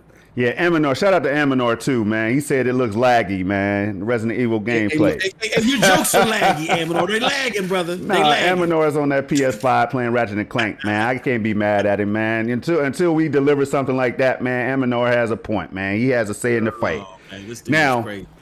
But here we go, y'all. Here we go. We got some other topics, believe it or not. And the phone lines, MM2K. What time is it? Because you know I don't pay attention when we go live, man. We're 10 after. We gotta tweet out, and we're gonna let people know when it's 12:30. And when the phone lines will be open, my friend. All right. So let's continue, man. So we got Bibbidi Bop in the chat. We might as well do this. If Bibbidi is still there, man, Bibbidi Bop, heavy on that Battlefield, y'all. You know, there's a movement out there about bringing Battlefield to Stadia, and I'm definitely going to get behind that. People just want to see this game. This is one now. I don't get behind I should, but I don't get behind every movement when it comes to the games, bringing the games to Stadia, y'all, because sometimes I'm just like, this is how I feel as Project Storm. Certain games, the developers might say, damn, we're trying to work as hard as we can to bring it to you guys. Slow your roll, slow your roll. I don't want to make a developer feel like that, but at the same time, I do want to let the developers know, like the ones who are like, hey, if we get enough interest, we'll bring the game to Stadia. So that's just me, y'all. I'm just trying to keep it in the middle, right? So, but Battlefield, that's one I had to get behind. The games that you all love, if you really love those games, I'm going to get behind those. But do I have a point, MM, of not trying to, because if I'm a developer, I'm like, damn, Stadians, we're trying. We have other, what am I thinking wrong? If anybody's going to keep me straight, it's going to be you, man. So what are your thoughts? Like, can I be in the middle? Is that a safe place to be? Or should I be like all out, like bring every game to Stadia right now? Like, what should I do, man? I'm glad you brought that up, because here's what I'm going to do based off of that. Let me see if I can find it. And that's not to piss nobody off that want them games, y'all. Listen, I'm behind you. If you want those games, I want them too. But I'm just saying, like, I know developers sometimes are working under crunch conditions and other matters and stuff, and they have multiple platforms. I know that you all don't care. Some of you are like, yo, I'm a consumer. I want the game or else. But I just wanted to bring that up, man. No, I think... And you always do a fantastic job, Storm, of always ensuring that we address things in decency and order. Yeah, I try, man. And that's key, because we talked about that not in this past SSC podcast, but the one before that. But I want to bring this up on the screen. If you can bring up the screen view. Let me do that for you. Let me know when you got it up, good brother. Let me do that for you real quick. All right. We got the most web. While you're bringing that up, let me bring up a comment. Should be up. Okay, so let me say this, that Jeff Gognac, Jeff G. I can't pronounce it either. Jeff, y'all know who it is. Yeah, my apologies, Jeff, if I butchered your name. But Jeff is a real cool dude. He does a lot of gaming on Google Stadia. He's the star of Canada's Worst Handyman 2 on Discovery Channel.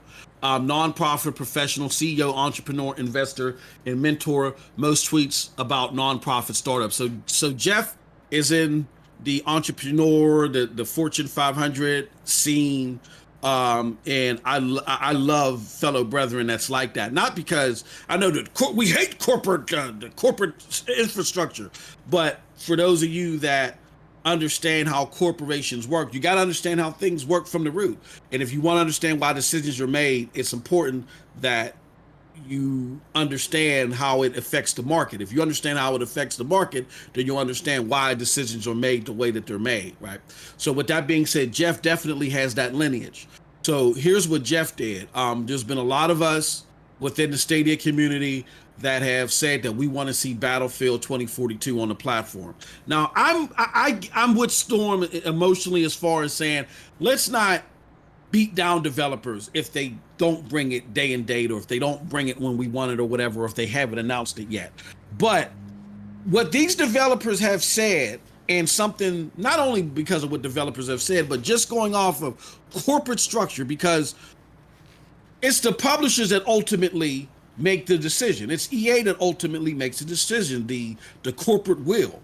So if they see a lot of attention going towards Stadia and the Stadia player base wanting this game on there, that might make them say, hey, look, let's make some room for this. All right, maybe we had this one project that we were working on. Let's pull some people from different teams. Let's make this work, because this is something that could be lucrative for us, right? These are multi-billion-dollar companies. They can figure it out. So it's not just up to the developers, but the publishers too, to work with the devs to generate the resources in order to make this stuff happen. Now, if they don't feel like that there's a player base that wants it or whatever, they're not going to do it. So Jeff did the feasibly right and smart thing because of his lineage. and he opened up a case with EA support. He gave us the case number to ask if Battlefield 2042 is coming, and they said not at this time, but put a note on my case that millions of us want the game on Stadia. You can ask for your case to be linked to mine. So he asked him to put a note that millions of us want us to help get those juices flowing, and it's indicative of us to back him up to make that happen, because this is the most effective way. I'm telling you, from corporate experience, this is the most effective way to start getting things and get resources put on the stuff that you want if they're not already there. We don't know until we know. And I followed up with great stuff. Some of y'all might think this is crazy, but I'm telling you from experience, bundling your request to an originating one better raises awareness is a much quicker way to progress things along. Right. So let's do it. Right. I did it yesterday, Storm, and I had a very interesting conversation. I saved the transcript, but I don't have it on me right now. And they were like, oh, okay, we're going to pass this on to our decision-making team. Thank you. They were like, okay, great. This is a great channel that you guys are coming through. So I urge everybody that if you do want this on there, it might be coming anyway, but I'm the type of person that leaves no stone unturned. If you want to see this and you want to show up that you've done everything you could, contact EA support, reference that ticket number, and let's try to get close to those millions as possible, as Jeff alluded. So those are my thoughts on it. Right. Now, interesting. I love it. You know what I mean? What else? I'm going to tell you something else I love. I love what Mr. 1030, 1030 Media Group right here says, y'all, to keep it official. 1030 Media Group. You hear me? A little bit of breaking news right here, because I didn't know this unless it just happened, but he said Ark is coming. Add on home screen, right? Then he goes on to say Ubisoft Plus service, add on home screen, click to play, no more seamless than that. This is true year 2 for Stadia or whatever, right? So I got to check that out, man. That's right there, and that's big. See, that's a game that some people were really asking for. They thought it fell through the cracks or whatever recently, and it's good to see them out there advertising that, man. But speaking of advertising, Bibbidi Bop dropped something, if you can go to that, man. Bibbidi Bop. Oh, yes. And I know he disappeared. Yes, you know, we get kind of, we do our streams, man. They're going to always take, on average, an hour and a half to 2 hours. You know what I'm saying? So if y'all got to run out and get some food, do that, man. Stay alive, survive, so that we can keep on playing. Now, here's the deal, though. Bibbidi Bop, my bro, right, is the first person that I saw. So don't get mad at Bibbidi Bop if I'm giving him the credit right now. But I saw Bibbidi drop this tweet, as he always does when we get excited. MM2K, myself, and others out here, including you in the chat. Yo, we drop these tweets when we get excited, man. So I was like, when I saw this, OMG, the assistant button works with Stadia on the Chromecast with Google TV. I said, yeah, right, bruh. I don't know about this one, Bibbidi. Nobody I saw out here, no big timers, no articles, nothing mentioned this. But Bibbidi, he did what we do, MM2K. He made a video about it, proving it. He made a video about it that proves that this feature is here too. Like and it shows him hitting the button. And during that time when he hit that button, it took him to, he was trying to find Xur, XUR, which is a character, a vendor in the game, y'all. If you don't play Destiny 2, he's a vendor that sells exotic weapons and armor and all that good stuff, right? And you always have to look at where he is every week, or you may not find him. Like on Fridays, he comes and does his thing and sells his goods, man. Bibbidi Bop went to it. It showed him where Xur was. He snapped back, y'all, right back to the damn game and was flying in orbit. I said, wow. I had no idea that the feature was available, man. Now, that's major for the people. Shout out to all of you that has that Chromecast with Google TV that you've been using, or that Android TV device, or whatever the case is. I mean, we got to test more of this stuff out, y'all. Just like with xCloud, when people found out that they were out there making tweaks, man, they got on that and went to testing. We got to do this more too. So yeah, shout out to Bibbidi Bop, man. I wanted to give him that highlight, MM2K. So what is that right there saying? Because we've been talking about features rolling out over time. When they're ready, they will roll them out, or whatever the case is. Now, I don't know if this is 100% ready or working at the level that Google or Stadia wants it to, but still, that was a function that was missing early on. So what's your thoughts? Yeah, I think that I don't think it's completed yet. I saw something where 9to5 Google had referenced, or I think Kyle had referenced that it wasn't. It's working better Yeah. but it's still not fully functional, and that's cool. That's great. Cool. Here's my thing about it. And I get it that where everything with Stadia as it rolls out isn't perfect, and I'm not saying Stadia isn't short of criticism. Absolutely, you can criticize it, and you can say, hey, look, here goes my suggestions. You know, Doc Dark, we do it. A lot of people do it. We're just saying, pump the brakes and be careful before we say, oh, Google Assistant doesn't work, Stadia's dead. You know what I'm saying? I tried to connect my Google controller yesterday, and 364 days out of the year it worked, but the 365th day it didn't work, Stadia's dead. You see what I'm saying? Like looking for any negative thing that isn't working perfectly to call the death to Stadia. You know what I'm saying? And to bolster something else up. Like, you don't have to do that. Like, there's room, as Stadia said, there's room in the cloud for all these platforms. You ain't got to pay $500 to access Stadia. Stadia is free $99. You know what I'm saying? And so will xCloud be free $99. Luna, free $99. Mm-hmm. It's fathomable that you can have multiple platforms.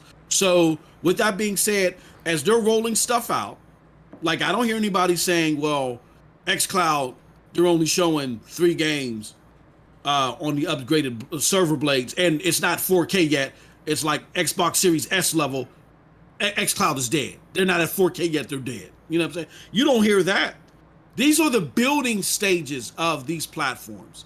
And we may have not understood that at launch, Storm, but when we go back and do what we did several shows ago, and shout out to you for pulling it out and saying, look, we need to focus the whole damn show on this, which got the community talking now. We did. Yeah. And that was when we went back to the original Phil Harrison and was that Maj Bakar? No, not Maj Bakar. Was it Maj Bakar? It might have been. Yeah. Yeah, it was Maj. Yeah, it was definitely Maj Bakar or whatever. Maj. That sat with Eurogamer, yep. Richard Ledbetter, right? Yeah, and that we was went them. back and looked at it, and we said, "Oh my gosh!" Like this is not a sprint. This is a marathon. And when you look at the things that they talk about there, the long-term goals of not being in console, wanting this to be integrated 1v1 with the gaming content creation side. And you look at the fact that, look at the NASDAQ information. That's really not exclusive to NASDAQ. If you go, like we said in our conversation this past Thursday, go look up cloud gaming projections. You'll see over 24 different analysts that tell you cloud gaming is a 2% business even in 2027. You'll see that the next 5 or 6 years are building phases for cloud gaming. Like, it's not, there's a lot of potential there, but it's not going to burst out of the seams overnight. You still got to gain the trust of the atypical gamer. You're going to start seeing people filter on because of advertisement that you see on Google TV, some of the things that Xbox does with xCloud and Amazon's able to do, but it's not going to burst overnight. What you are going to see is you're going to see the seeds growing to when you get past 2027 and it starts becoming a bigger piece of the pie, and it really starts sinking its teeth into the gaming community. And these are just the building phases of that right now. So it's okay if xCloud doesn't roll out 4K yet. It's okay if Amazon got its data cap. And it's okay if the Google Assistant isn't fully functional right now. They're building right now. We haven't seen the apex of what these platforms can do, whether you want to believe it or not. You can listen to the developers and they told you haven't seen the apex, particularly with Stadia. So listen, enjoy the platforms. Yes, we could talk about it and critique it and all that other stuff, but coming to a conclusion that any of these platforms are dead right now, I think is a false conclusion. Yes, sir. So we're going to move right on, man. The chat now, this right here is right in line with 1030 and Rev is out here talking about. They're trying to figure it out. Like 1030 said he saw those games that Arc and all that advertised. And hey, I got to believe it because the brother has something I don't have, was the Google TV. I know Rev and everybody else have it. But look, right in line with what you all are talking about is the fourth one, MM, that talks about Google TV began suggesting games, Stadia games. Could you pull that one up for the people? Yes, sir. All right, so here we go, y'all. Right here, 9 to 5, courtesy of 9 to 5 Google. Shout out to them again. Says Google TV begins suggesting Stadia games in For You tab. And then down below is a picture of what that looks like.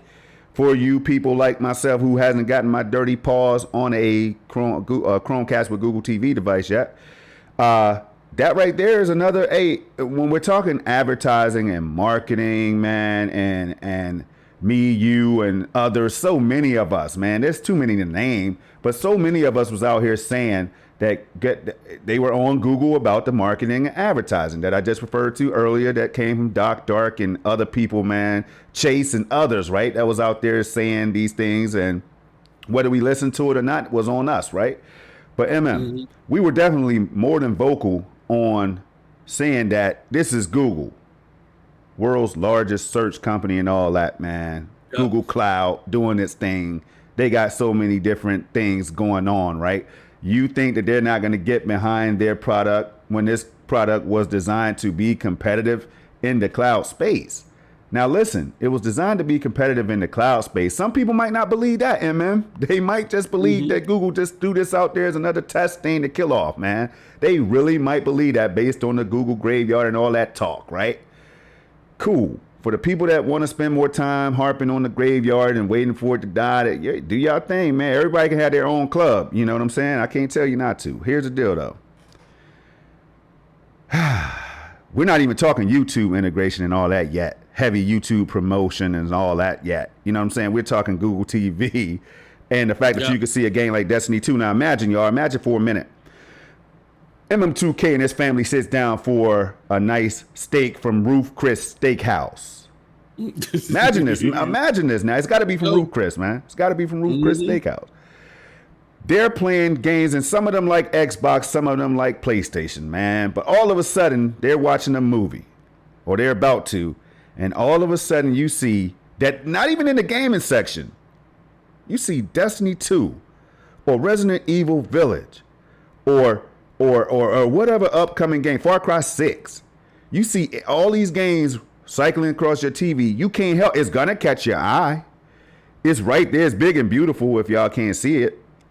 It's big and beautiful right there. And it says right here for you, like you click on that, I'm sure it takes you right to the actual game if you've already signed up. If you haven't signed up, it takes you to the place to sign up, I'm sure. And then you could be jumping into Stadia. No downloads, y'all. No download stuff is real. No downloads, no installs, no patches, no updates. I've said it a million times, and I'm going to say it a billion more times, right? Because this is what makes the cloud different than console gaming and PC gaming and all that native gaming stuff that we've been used to the last 100 years or so. You know what I mean? So, remember, with this being said, and you can see this so beautifully on the screen right now, man, what does this say as far as marketing, advertising, and stuff like that, man? And give your thoughts on the YouTube part that I touched on one more time for the people, please. I think that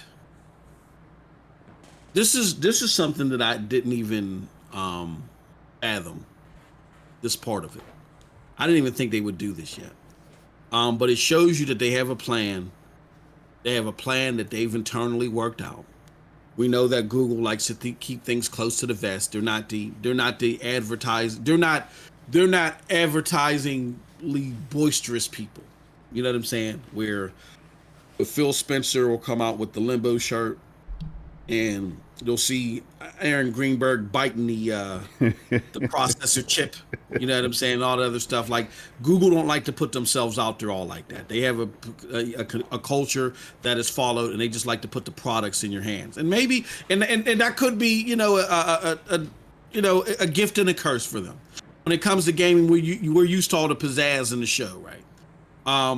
But at the end of the day, I think what this shows, this being on here, is that everything that we've said, again, that's why we pivot off of facts. We look for facts, and then we put everything out on the table. Then after we put everything out on the table, then we garner our thought process from facts. We put all the facts out there on the table.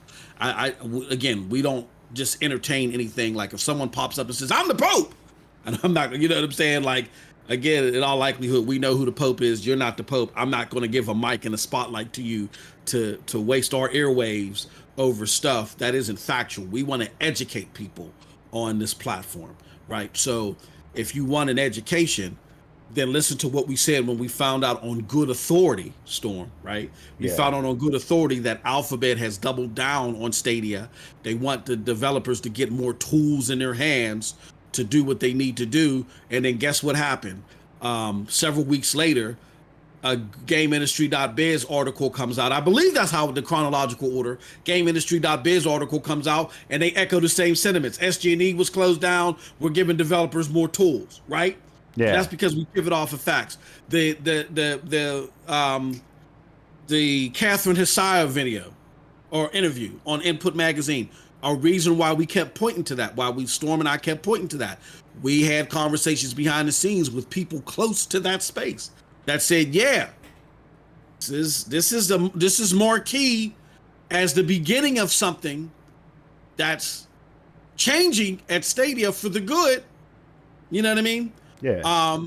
So I get where the average Joe Schmo may not understand this stuff, but we, as in the content creation community, it's good if we dig deeper. I'll just put it like that. It's good if we dig deeper, and if you dig deep enough, you'll see that they are building towards advertising the product in an effective way. Maybe not the flashiest, but they just rolled it out.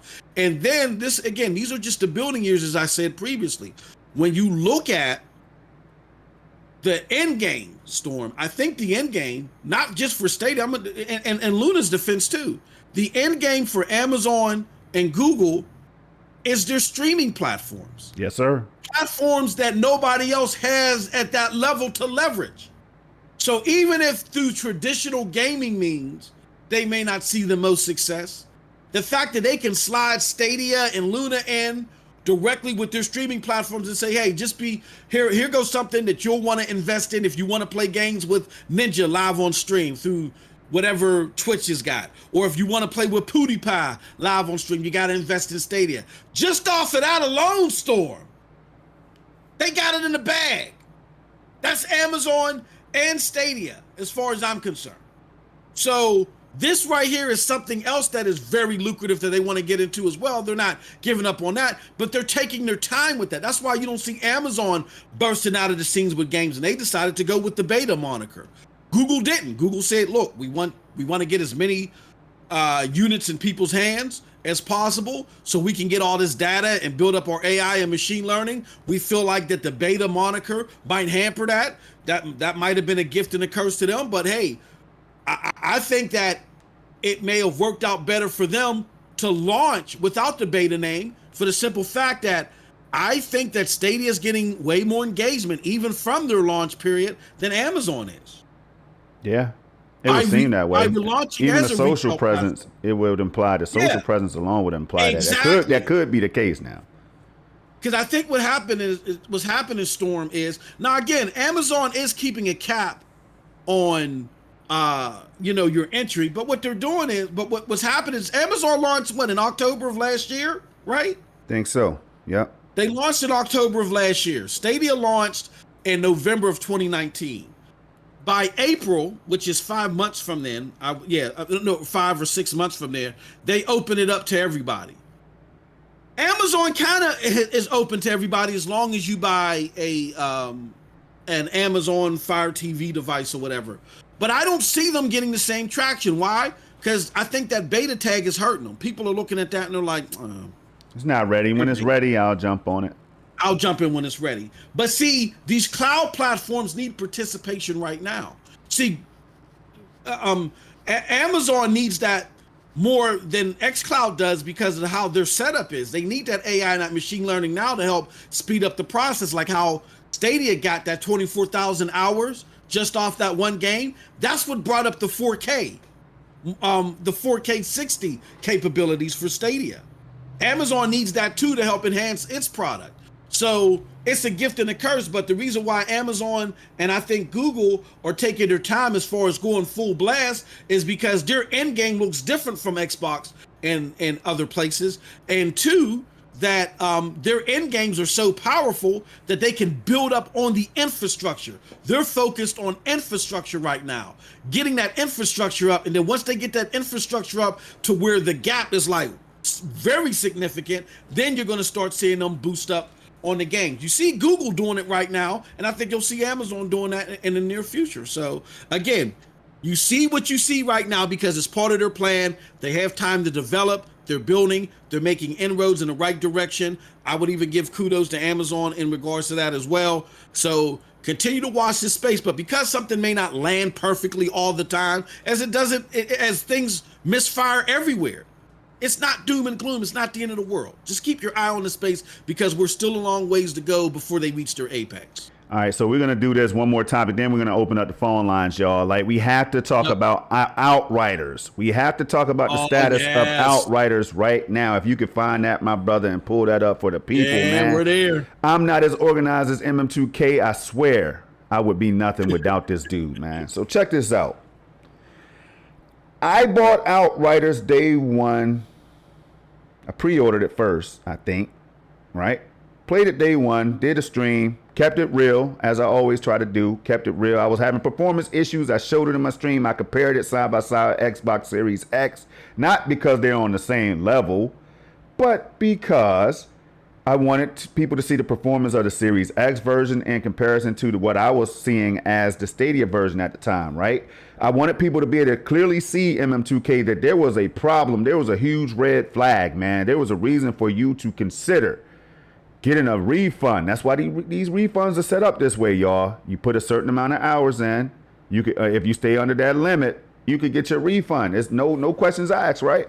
So me and you, we take advantage of that, bro. We can't. I'm not gonna sit up here and cap for no game that's not ready. Now, Dirt 5 with the hiccups that it had, I put that out there at 4K and everything. I try to be as transparent and clear as I can with people because I do have people who ask me, Storm, do you recommend this game? Shout out to Christopher Torres, who's not here today, man. Hopefully all is good. Chris Torres, normally in the chat, man. I know he's probably listening and doing his thing, but listen. He said, Storm, Dirt 5 is on sale. Should I basically, he was asking if he should cop that. Other people have asked the same thing. They've come in my comment section and asked, man, Dirt 5 is on sale. Should I get that now? Is it ready? And I'm like, well, the 4K, if you care about 4K, the hiccup's still present. They haven't really patched that up yet. And man, we're going to get into a real conversation about these patches and all that stuff and what's required and what's expected and all that and what's acceptable. But, so going back to Outriders real quick.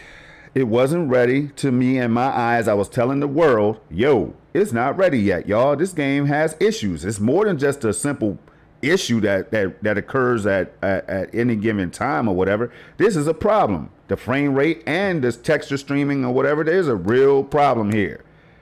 I can't do this, so I refunded the game. Now, some people were like, nah, Storm. I had a good experience with it, and Squid was over there doing his thing. Squid was progressing through the game right along. Lord Henderson and other people I watched closely playing this game, and I was like, okay, I see a little bit of the hiccups, and Lloyd put it out there. He pointed it out that, yeah, I do see these little stutters or whatever he called them. He referred to as them, as the micro stutters or whatever he said. Can't remember, but it made me feel good at that point when I knew that other people were seeing these issues. So I said, yo, Moss, I'm refunding this, bro. It's done. Mm-hmm. There's no questions, no ifs, ands, or buts. I can see it being an issue, and I don't think they're going to be able to fix it right now. And it seems like I was right. Now, this is not to hammer down on Square Enix and people can fly, but consumers will do that because they're spending this money. Now, when it comes to the Stadia side, I'm going to let you handle that, bro, because you still own this game. You and others out in the chat, some people have refunded that, got their money back, man, and rightfully so. If they were not happy and they don't feel like they got the product that they thought was going to be delivered, I'm backing them because the game is just not ready, man. We're talking about months after launch, and we're still having people out almost like raging and crying at the same time that this game is not fixed because they want to play it so bad on Stadia. And I'm keeping it real. I don't know if it's a Stadia thing and the devs and publishers not saying it. I don't know if it's a developer and publisher issue. That's why we have MM2K to break it down. So go ahead and take the flow, bro. And then we'll open up the mics. We'll open up the phone lines. Absolutely. Yeah, I think it'll be a great time to do that, man. Look,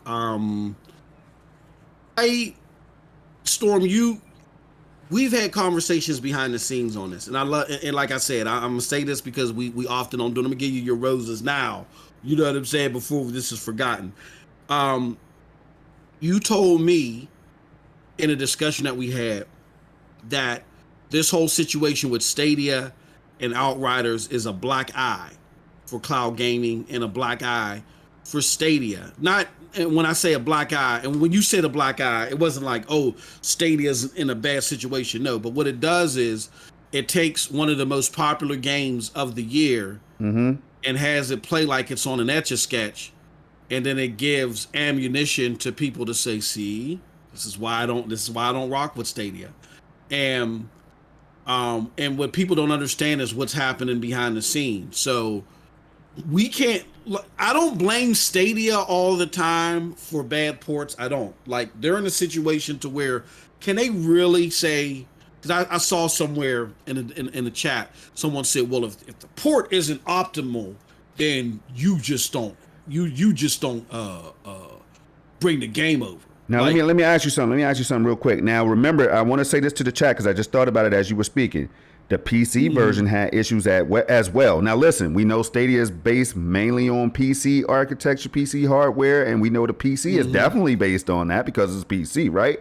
So the consoles, the game was performing well on my Series X the first time I touched it. So do you think that it has something to do with that, MM? I mean, go ahead.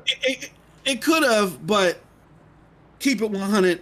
It just was it was god awful on Stadia, and some of the issues with the PC port, or I mean not the PC port, but some issues with the PC version were alleviated because there were options available.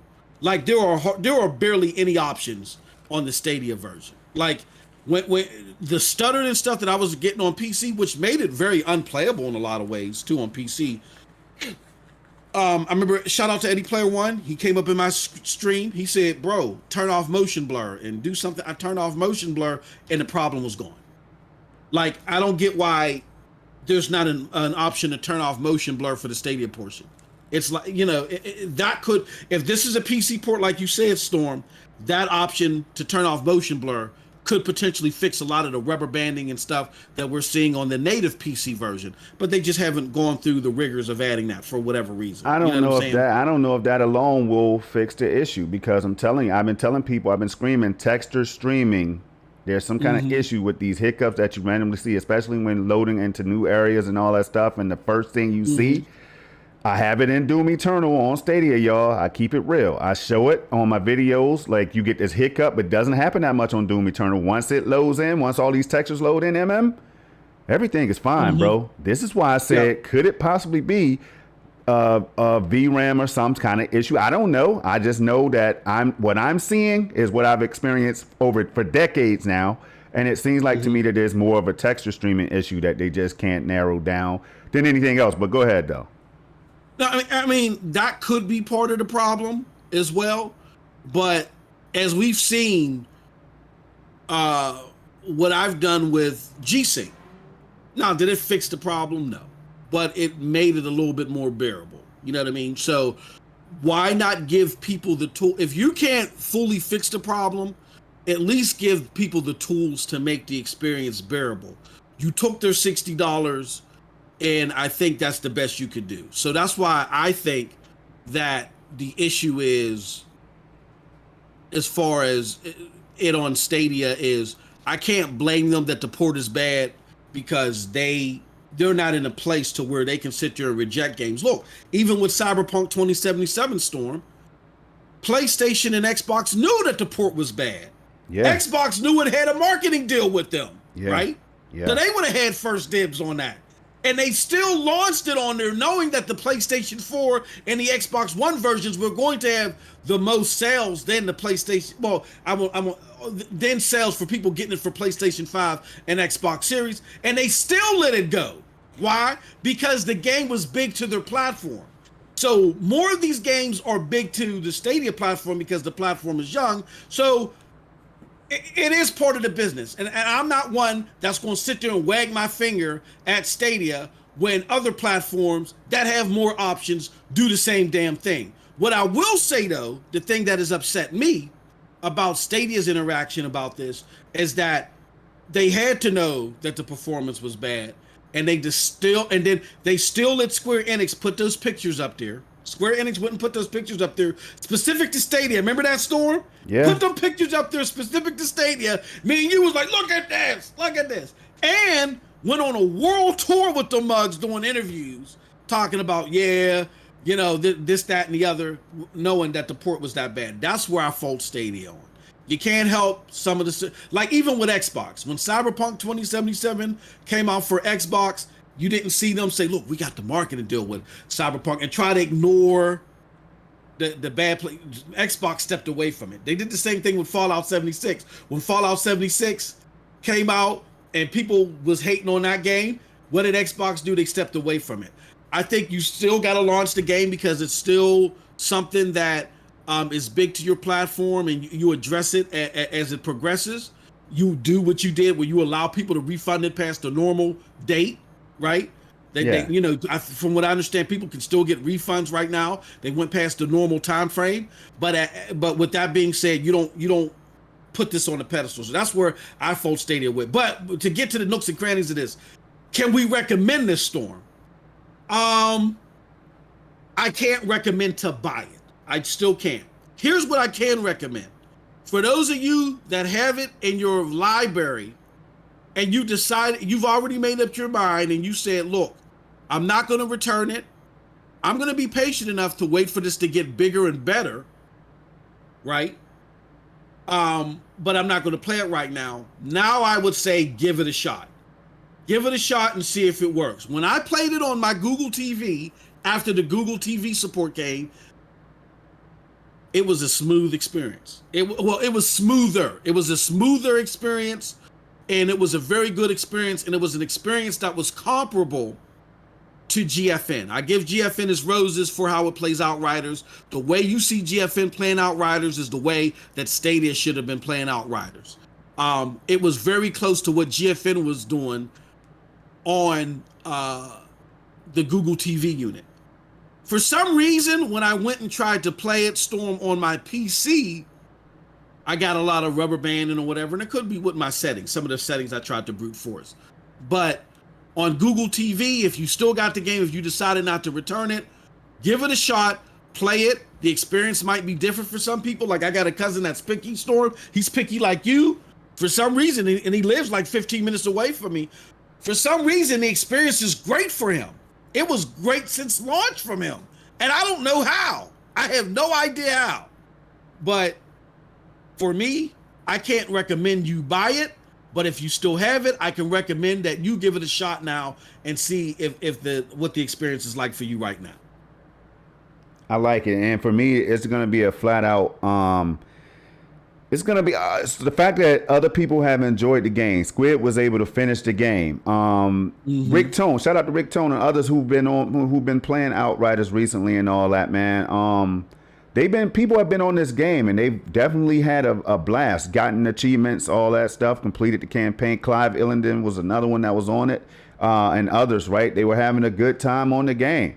So it depends on who you are as a gamer and how much you could tolerate, and you have to be aware that issue persists. It is real before you make that decision to go ahead and buy that game. But at the same time, they have it. That's why Stadia has one of the friendliest return policies out here in the game. So you take advantage of that if the game is not for you. I like to see Stadia out here granting those returns or whatever at this late stage, man. That says a lot about the customer service that I've been praising since day one. But I wanted to say that before we open up these lines, man. It's just something that we had to talk about, y'all. It's a real conversation, real deal. My brother right here, MM2K, has been patient with this game, with this dev, with the publisher and all that stuff, man. But I'm thinking we got Final Fantasy in the state that it was, which was sad because I really wanted to play Final Fantasy 15 over here. I really did. I still do. Yep. If they came out with a patch, I'll be on it, y'all. But because the performance was so horrible, I couldn't do it. So anyway, but we're going to go ahead and open up the phone lines. How can they call in? How can they leave that yappa or whatever, too? Before I open up the phone line, let me do this real quick. One of our big supporters, our homie Charles Aran, got a comment. Okay. And I'm going to read it real quick in the Stadia War Room chat for our PNTS Network Patreon members. He says, I'll say this all the time, but I think cloud gaming has three areas: working in tandem with PC consoles for those that have it; 2, a way to game stream for those who don't have a PC console; and 3, TV's movies. Look at all of the tie-in games that are coming out and those that have been rated. Look at the amount of celebs in games and the shows, movies based on games. I think Stadia is setting up for this. This also works for sports and racing games. Good shout out from our good brother Charles Aran. Let's do this. Let's put this in the chat. In order for you to participate on the phone lines, crazy people like G Million comes in here and says all this crazy stuff. Yeah, don't let G Millie call in today. Beat G Millie to the call, y'all. Don't let him call in. Yeah, beat him to the call. The Skype line is 724-739-3612. If you want to leave us a Yappa comment, which is like viewer mail on pntsnetwork.com, go to pntsnetwork.com/pound PNTS main Yappa. Now, Jay Smith in the chat says, sounds like a major Square Enix issue. And I agree. I totally agree. Straight up. And I see Rev and others been having a good dialogue today, man. And we appreciate that. I also see Cloud Gaming and Stream in the building, man. That's got to be ace right there, man. We told y'all earlier that we was going to, touch on that a little bit, man. That was a hella fine discussion in our opinion. If you ask me, that's how you have these conversations, y'all. You don't run away from them. You don't turn your back and act like issues don't exist in certain areas or whatever, right? You don't shun the next person out for their opinion. I just want to throw this out there, MM, because it's very important when we have these conversations, man. We talk about keeping it real. We're talking about basing things on facts and all that stuff. We also realize that there's more than just the PNTS network way of seeing things. We're not the only way of life. So we try to just keep everything in a nice little bow, man, and listen and give our feedback. And I think that was a good example of it, man, on SSC, y'all. But who wants to call in and share your thoughts on today's topics, y'all? Who wants to do that? Anybody? All right, the Skype line is officially open now. I'm sitting listening to my brother nodding, and here I ain't open the Skype line. Now it's open. 724-739-3612. Give us a call, share your thoughts, and we'll be willing to discuss them at the Skype line. Storm, while we're waiting for people to call in, can I touch on something real quick? You know what? Oh, hold on up. We got a phone call. They beat me Let's to get it. it. All right. Hello, you are live with Project Storm MM2K on SML Podcast. Who is it that we're talking to, and what is it you want to talk about, our good friend? I'm to not scream in my ear when it picks up like that. Uh-oh. Hey, you It's ain't the never dude seen with- my movies, Deep Blue Sea, a shark. Hey, every time somebody talk about me being loud, I got to do that. You know what I mean? What's up, Rev? What's going on, good brother? What? Yo, what's good, man? Rev, same old thing, I'm man. getting the echo. Oh, man, same thing, different day. I don't know where that echo is coming from. It's always the case. I was having an echo in my last live stream, but I don't know, bro. Shoot. So, yeah, that's gonna be annoying, and that's gonna be difficult for me to talk. Oh, y'all got it. You're hearing an echo? Yeah. Okay, hold on. Let me check out something real quick. What about the chat, y'all? Let us know if y'all can hear Rev. Let us know if you hear the echo, like echo, no echo. Let me see something here. Go say something again, Rev. Yo, what's good? Okay. It's still there. All right. Lower. Oh man, I can't. All right, let me. B1, B2. You know how it has to go, y'all. Technical hiccups all the time, but that's a good time for me, Rev. Let me catch something in the chat real quick. I saw you and Vic having a good discussion, as we always do around here. Let me see. I was having a discussion with Junior. Oh, Junior, my bad. I saw Vic talking to somebody as well. Hey, Bulls for Life said I tried. Oh, okay, I tried to return it several times. They wouldn't let me. Talking about that Outriders. Oh man, whoa! You might want to hit them up on. You might want to hit. The echo is gone now. Okay, you might want to hit them up on Twitter though, Bulls for Life, man. I know that they're very responsive out there. Like they'll pull you in a DM. Customer service is great, man. If you're talking about that Outriders, give that a try. Yeah. So hey, that, can we hear? Hold up. Can we hear? Xbox, hold up, Red. Let's make sure we can hear MM now. Okay. No, I'm here. I'm here. All right. Okay, go ahead, Red. The Xbox extended refund thing is ending next month sometime. Like I think somewhere between the 6th and the 8th or something like that. I saw. So if y'all gonna do that, gotta get on that now, you know. But that's all. What's good? What's good, y'all? Man, you already know. We up in here. Stadia is good. They're making big moves. They have just entered a lot of households or whatever, courtesy of that Chromecast with Google TV and Android TV and all these other devices, Rev. So what's your thoughts on it, man? You know you want to talk about it. Yeah, matter of fact, I was just playing around with the Google TV, getting some more of my apps up to date, and I noticed that they have a Discovery Plus ad up there, and it runs video on everything. I thought that was pretty cool, even though I'm not a big fan of the ingrown ads or whatever. But I'm really liking it on Google TV. There's still some things I got to work out, but the overall experience of it is really good. And for just playing and just doing all the basic stuff, I like the fact that you can use the GTV remote within Stadia. Yeah. I still want that assistant function on the controller to be more integrated. So I know they're working on that. So I ain't even tripping on that. You got to give them a little bit of time for those things, for them things to get worked out.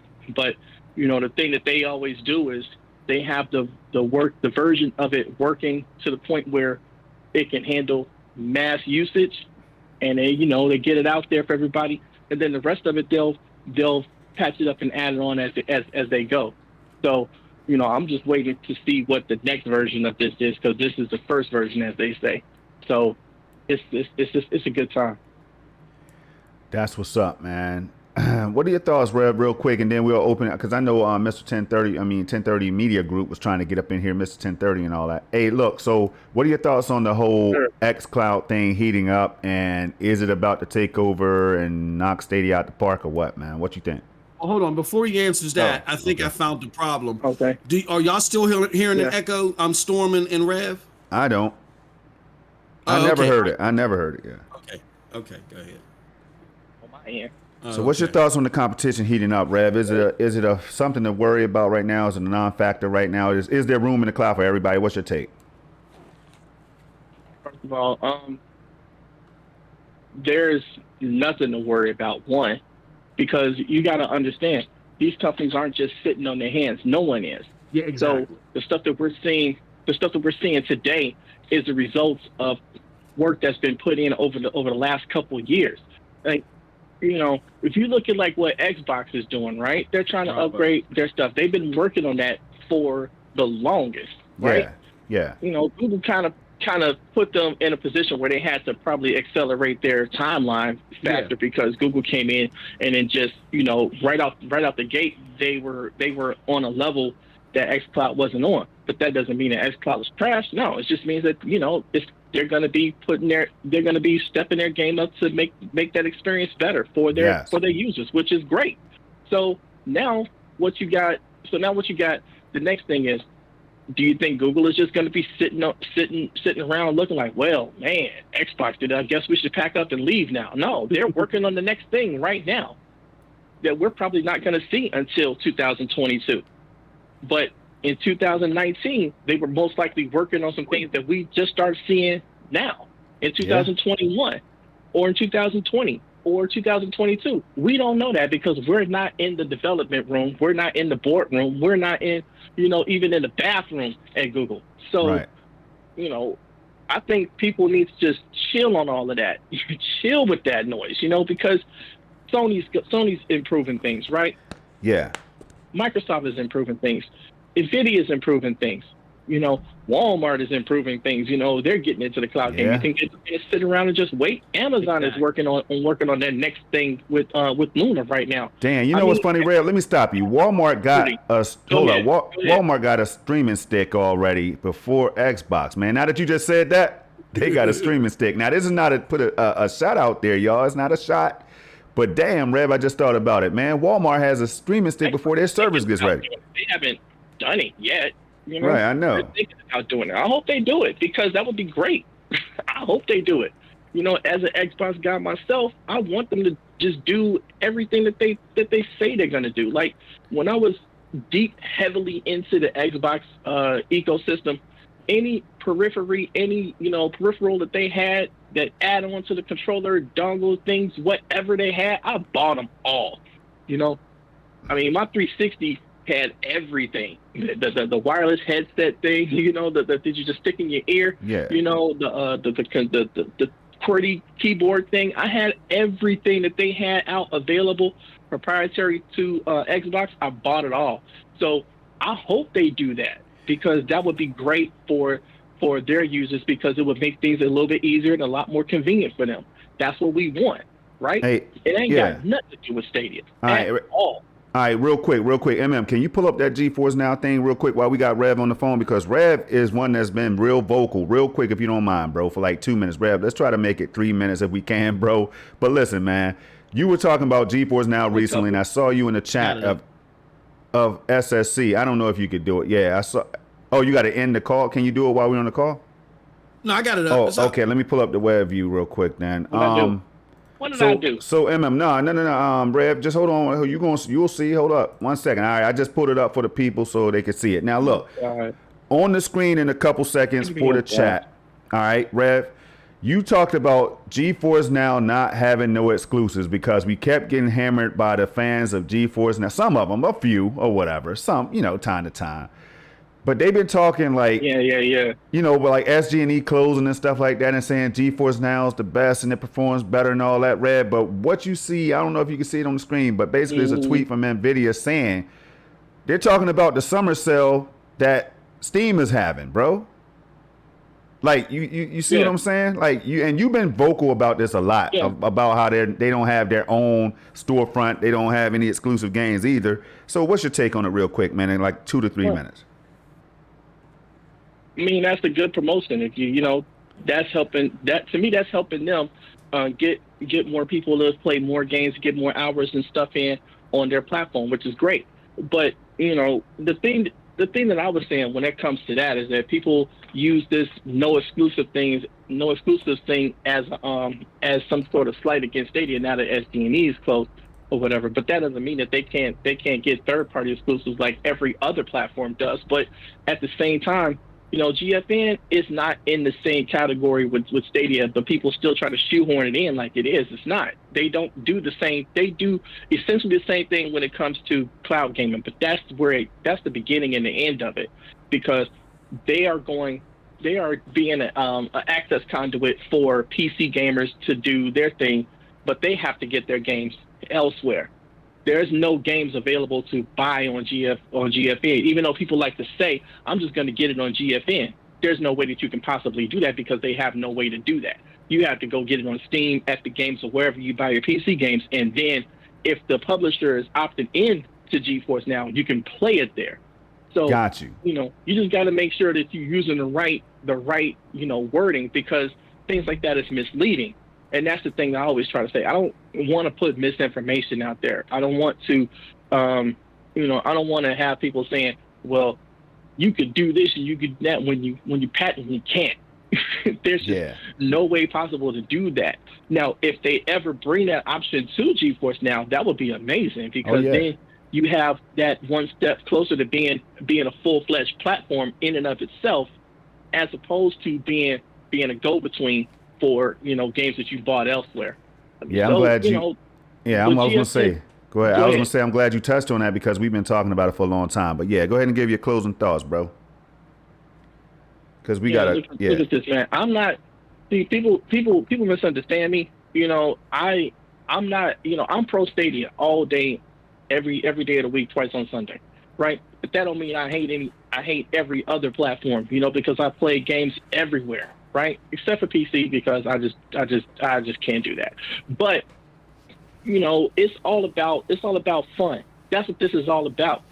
We play video games because they're fun, not for our political stance. Not to be just completely like, oh man, you just gotta play Xbox, or whatever. No, man, you can play whatever you want to. I choose to play on Stadia. Other people choose to play on multiple platforms. Other people choose to play on one singular platform. But the option is there, and that's the important thing. And it's a great time for gamers, and people just need to realize that. Absolutely, Red. But man, we appreciate you. You know, we're not trying to kick you out of the house. But find me and Red Stadia Revolution tomorrow on the Revolutionary Storm right here on my channel, right here at 11 a.m. Eastern time, y'all. Red. Right now. Oh yeah, sub, y'all. Hit that subscribe button right now. Hit that like button, y'all. They've been breaking the damn. I think the like button is broken, man. Y'all keep on hitting that like button, though. Hey, look, Red, we appreciate you, man. We love you, man. You know what it is, Red. Always keeping it real, man. Yep. All right, next. You guys have a great day. I'm, get back into the chat. All right, I'll let y'all. Bet it up. Good discussion, man. All right. Hell of a discussion. Hell of a great points. I mean, again, you can like multiple platforms. I don't think my admiration, Storm, your admiration, definitely, because you play everything. Yeah. We're part of PNTS. We appreciate other platforms, even though our focus may heavily lean towards Stadia. This isn't about hating on other platforms. But what happens when they try to beat our legs, so to speak, when people come and trying to beat our legs in? All right. We got another call. All right. Hello, you are live with Project Storm, MM2K on SML. Who is it that we're talking to? And what is it you want to bring up our good friend?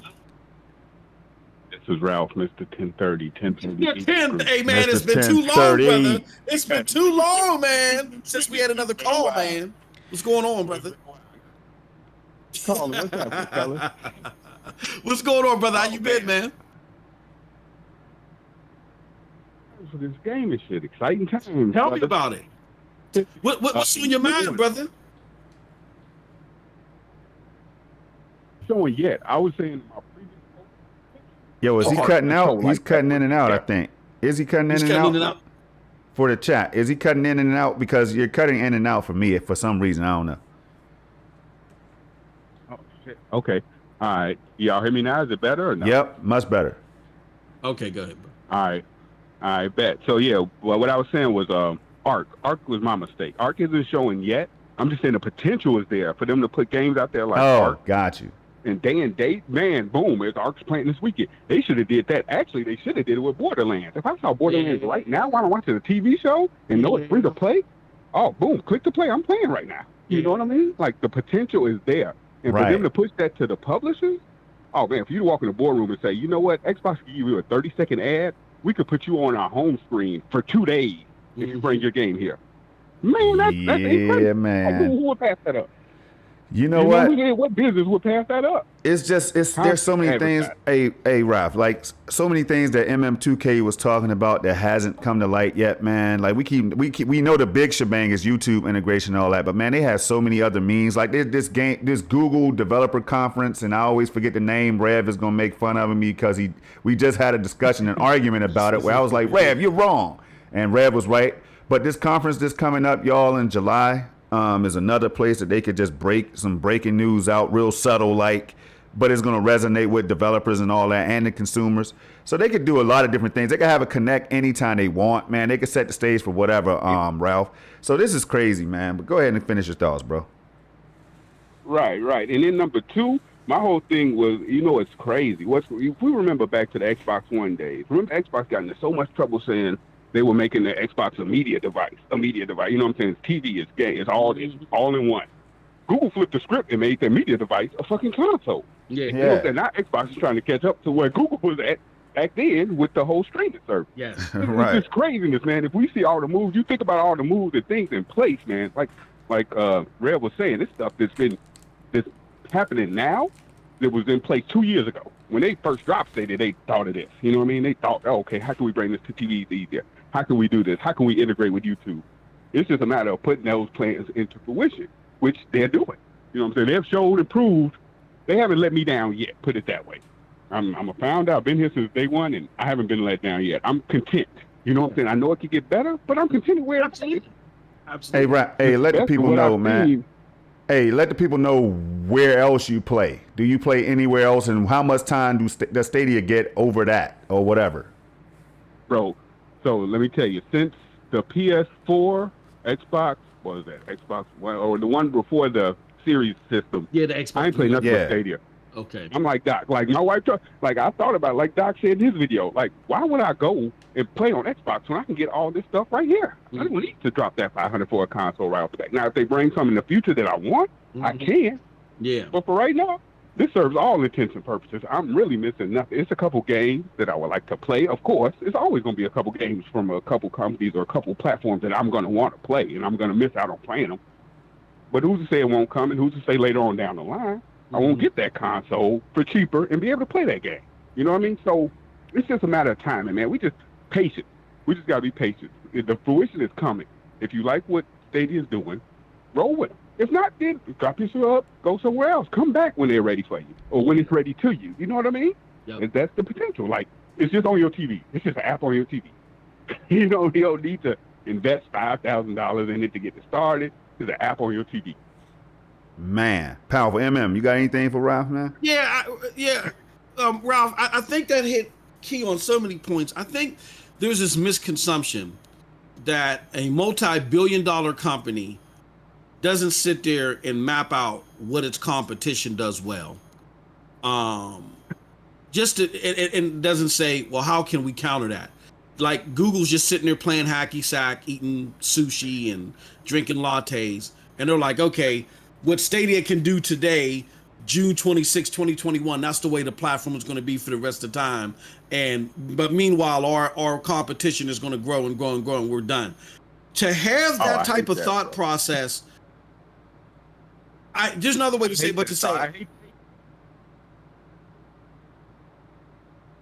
Okay, the city is too. They never said, okay, we're going to put this. You don't become a $1 trillion company by being like that. Google isn't, trust me, they're thinking this stuff out. There are sessions and meetings and stuff like that, and Google just isn't like people. To what you're saying, Ralph, people just got to. I know I'm all over the place. Let me back up a little bit. People like you and I. No. This is because this is great conversation, man, and people got to hear this. People like you and I are connected mentally to what's going on here. Why do I say that? Because we have people like Strauss Zelnick, the CEO of 2K Games, the guy that's connected to it, said, look, we don't believe that out-of-the-box cloud gaming is going to revolutionize gaming on day one. This is an investment that we're making. Over time, it may become something, but right now, this is where everything is at. And we didn't have these lofty expectations of Google Stadia of taking over the world. I think too many people did. And because they had these lofty expectations and those lofty expectations weren't met, they don't know how to get over it, but to proclaim death to the platform. And they're saying things that are just not connected to reality, like a multi-trillion-dollar company is just sitting on its laurels. That doesn't happen. It just doesn't happen now. Or they may be trying things that may not work out. Yes, like Xbox tried the Xbox One X and it didn't work out. For them. They had to change their approach. Yeah, but you got to change your approach. Exactly. So I think it's just people want right. Exactly. To build in the future.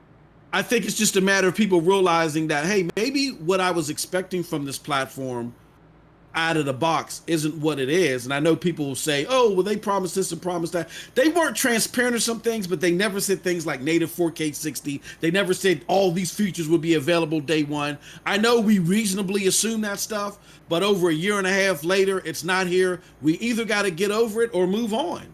You see what I'm saying? Like, I could be mad forever that my Xbox One X didn't pan out to be what it was supposed to be. Yeah.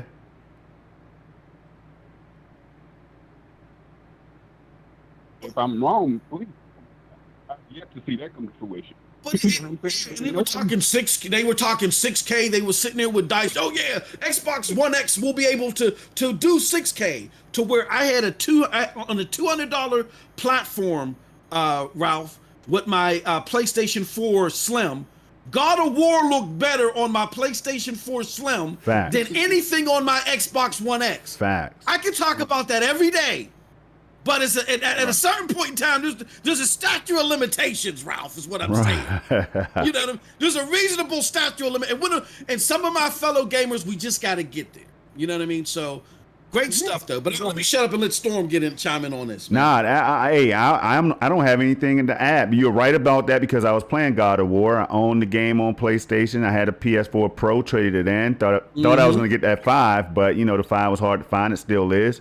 Yep. And then, but you're absolutely right. They were talking 6K and other stuff, world's most powerful console at that point as well, man. But you're right. But I bring that up from time to time to remind people, let's not forget that your favorite camp has done some things too.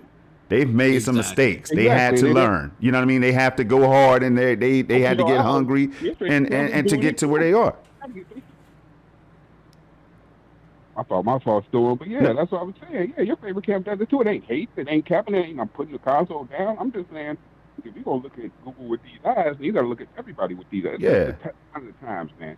That's what I was talking to Victor in the chat about. That's a sign that bro, a lot of shit is released half done. Right? That's the world. Mm-hmm. I mean, our games aren't even finishing. Exactly. They need all this. They need all that.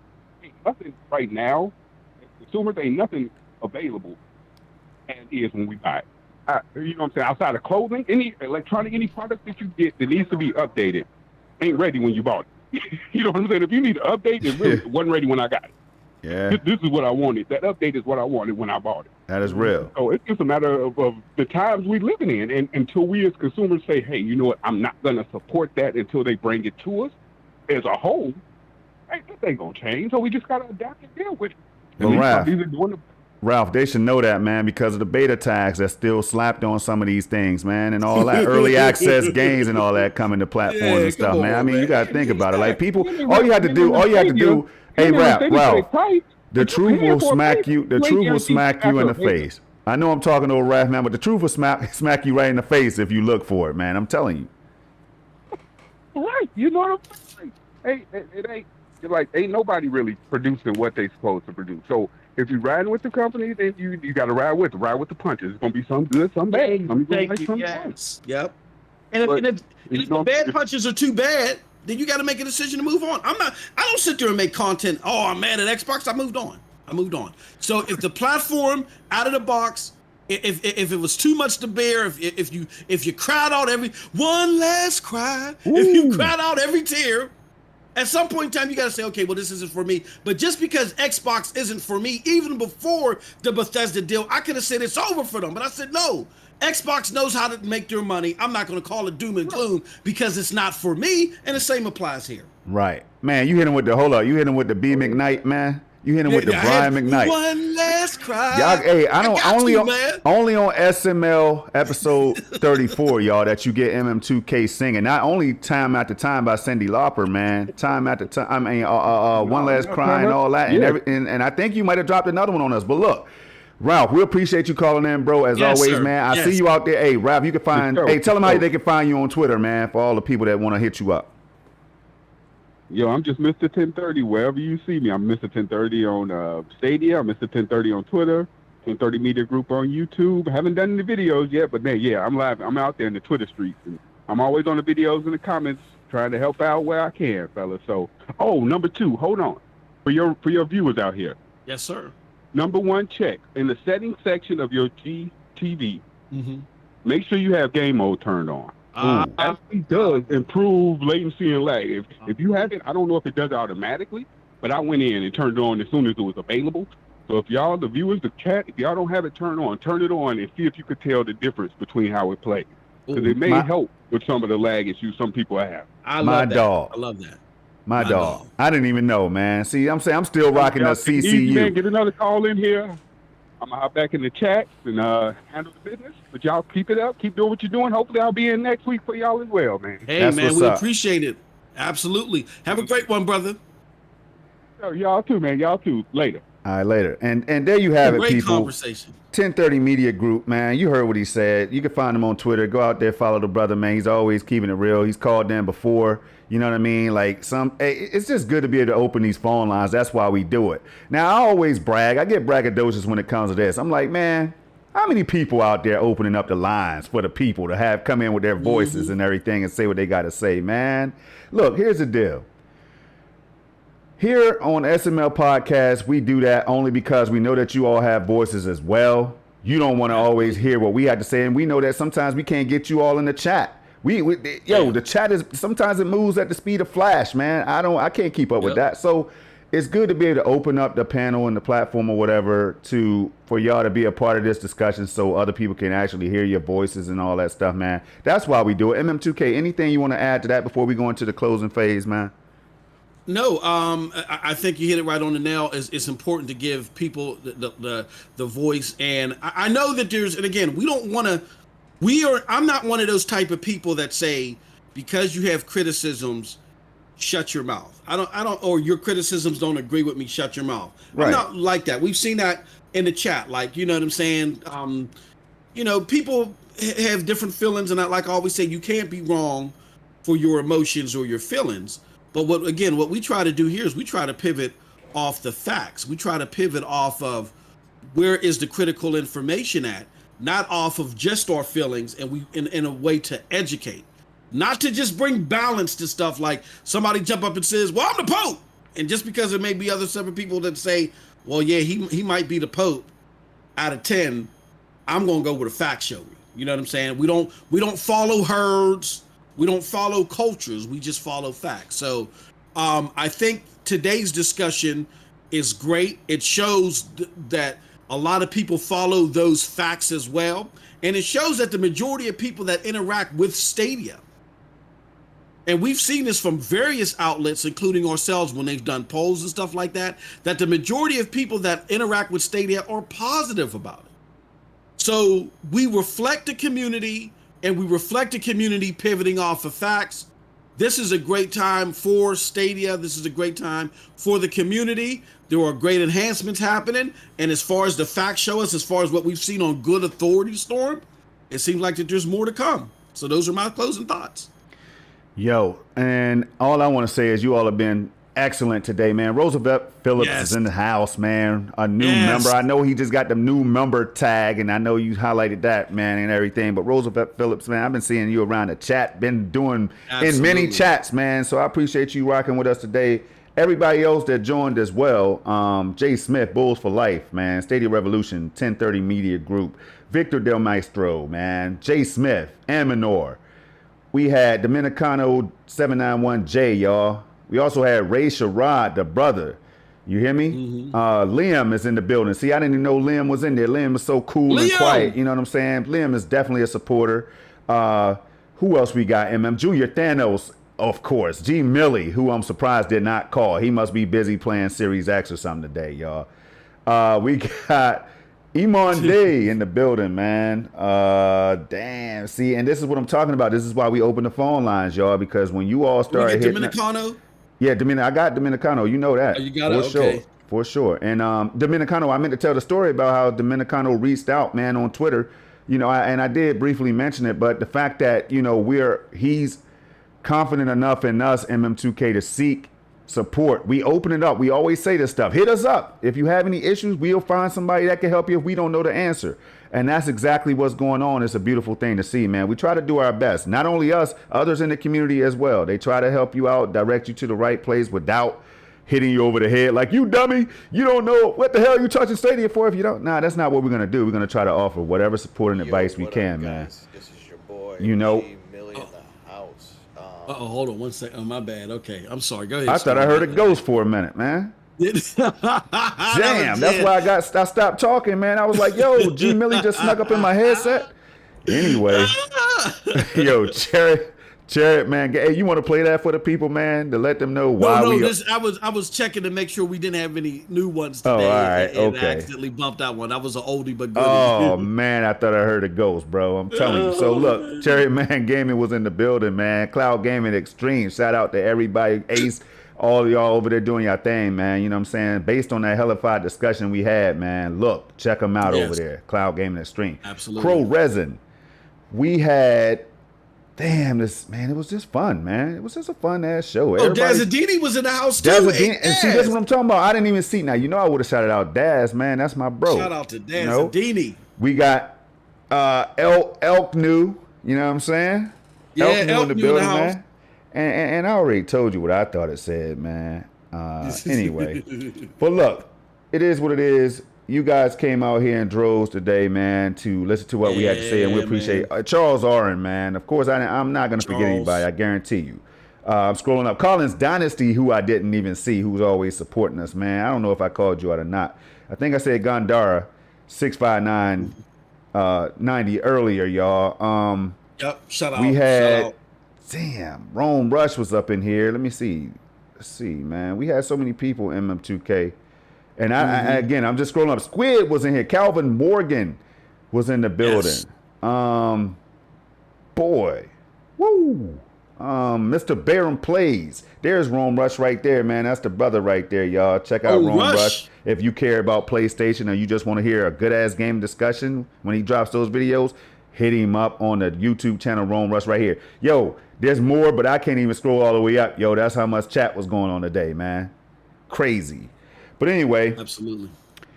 It was a hell of a show, MM2K. I know y'all, man. 43 likes, man. Damn. Yeah. You talk about appreciation, y'all. This is why we do it, man. I'm humble. MM2K is always humble. Y'all stay tuned for big PNTS network updates. We're about to get up out of here, get some lunch, get some food, old Milwaukee time, some drinks, all that. And then we're going to play some games, y'all. So stay tuned. You never know when MM2K is going to get out there, y'all, on the Stadia. First of all, let me highlight something before we close. Stadia Dosage Streams. Stadia Dosage Streams. YouTube. We need the link for Stadia Dosage Streams in every chat. You know what I'm saying, MM? Every description, bro. Yeah. Definitely in this one. Yep. All you have to do is just type it in, just like I said it, right in YouTube. Stadia Dosage Streams. Yes, sir. And subscribe to that channel, y'all, because it's summertime. What does that mean? Rainbow Six Siege and other games are coming. Y'all get my point? If you want to hear a brother out there screaming, die roaches and all this and just having a good old time, MM2K brings it to y'all live and direct, man. Stadia Dosage Streams, subscribe, hit that like button, all that stuff every time he goes live. And that's it, man. Stay tuned for tomorrow's shows, man. Yin Mi Zhanga Gaming. I'll talk to Snow Bunny today for all of you who loves that show, who loves to hear us chop it up. And Revolutionary Storm tomorrow at 11 a.m. Eastern. And Yin Mi Zhanga Gaming will start at 2. If everything goes well, at 2 p.m. Eastern time, y'all. Other than that, man, we up out of here. There was some crispy gameplay on the stream. You've been watching it the whole time, courtesy of Google Stadia. It's the reason we ride with the platform, y'all. It's the reason we ride for the platform. So you all can do the same thing. Just go over there and sign up if you haven't already. If you have, let's just ride this wave and take over the world with Stadia, y'all. That's what we're going to do. But until next episode, episode 35, that will be on the on Stadia Doses News channel. Check it out. Subscribe, y'all. Until the next time, 3 things I need y'all to keep it that's keep it safe, keep it gaming, and keep it positive for sure. I'm out. One last cry. Oh, not the. I feel like I got to hit him with something, man. Let me see, man. Let me see what I can hit him with real quick, man. For all them haters out there, I'm hitting with the girl. You know I know it's been hard since you went away. Hit him with the Ralph Tresvant. Hit him with the Ralph Tresvant sensitivity. Stop being so sensitive out there, y'all. Hey, there's enough space in the gaming world for everybody, man. You're not gonna catch us singing like that on every occasion. But for y'all today, because we got 43 likes, man, it is what it is. So hit that like button. And make sure y'all hit that subscribe button. Please hit that subscribe button. Come on, y'all. Hit that sub button, y'all. It's not going to hurt a thing, y'all. All right. Until the next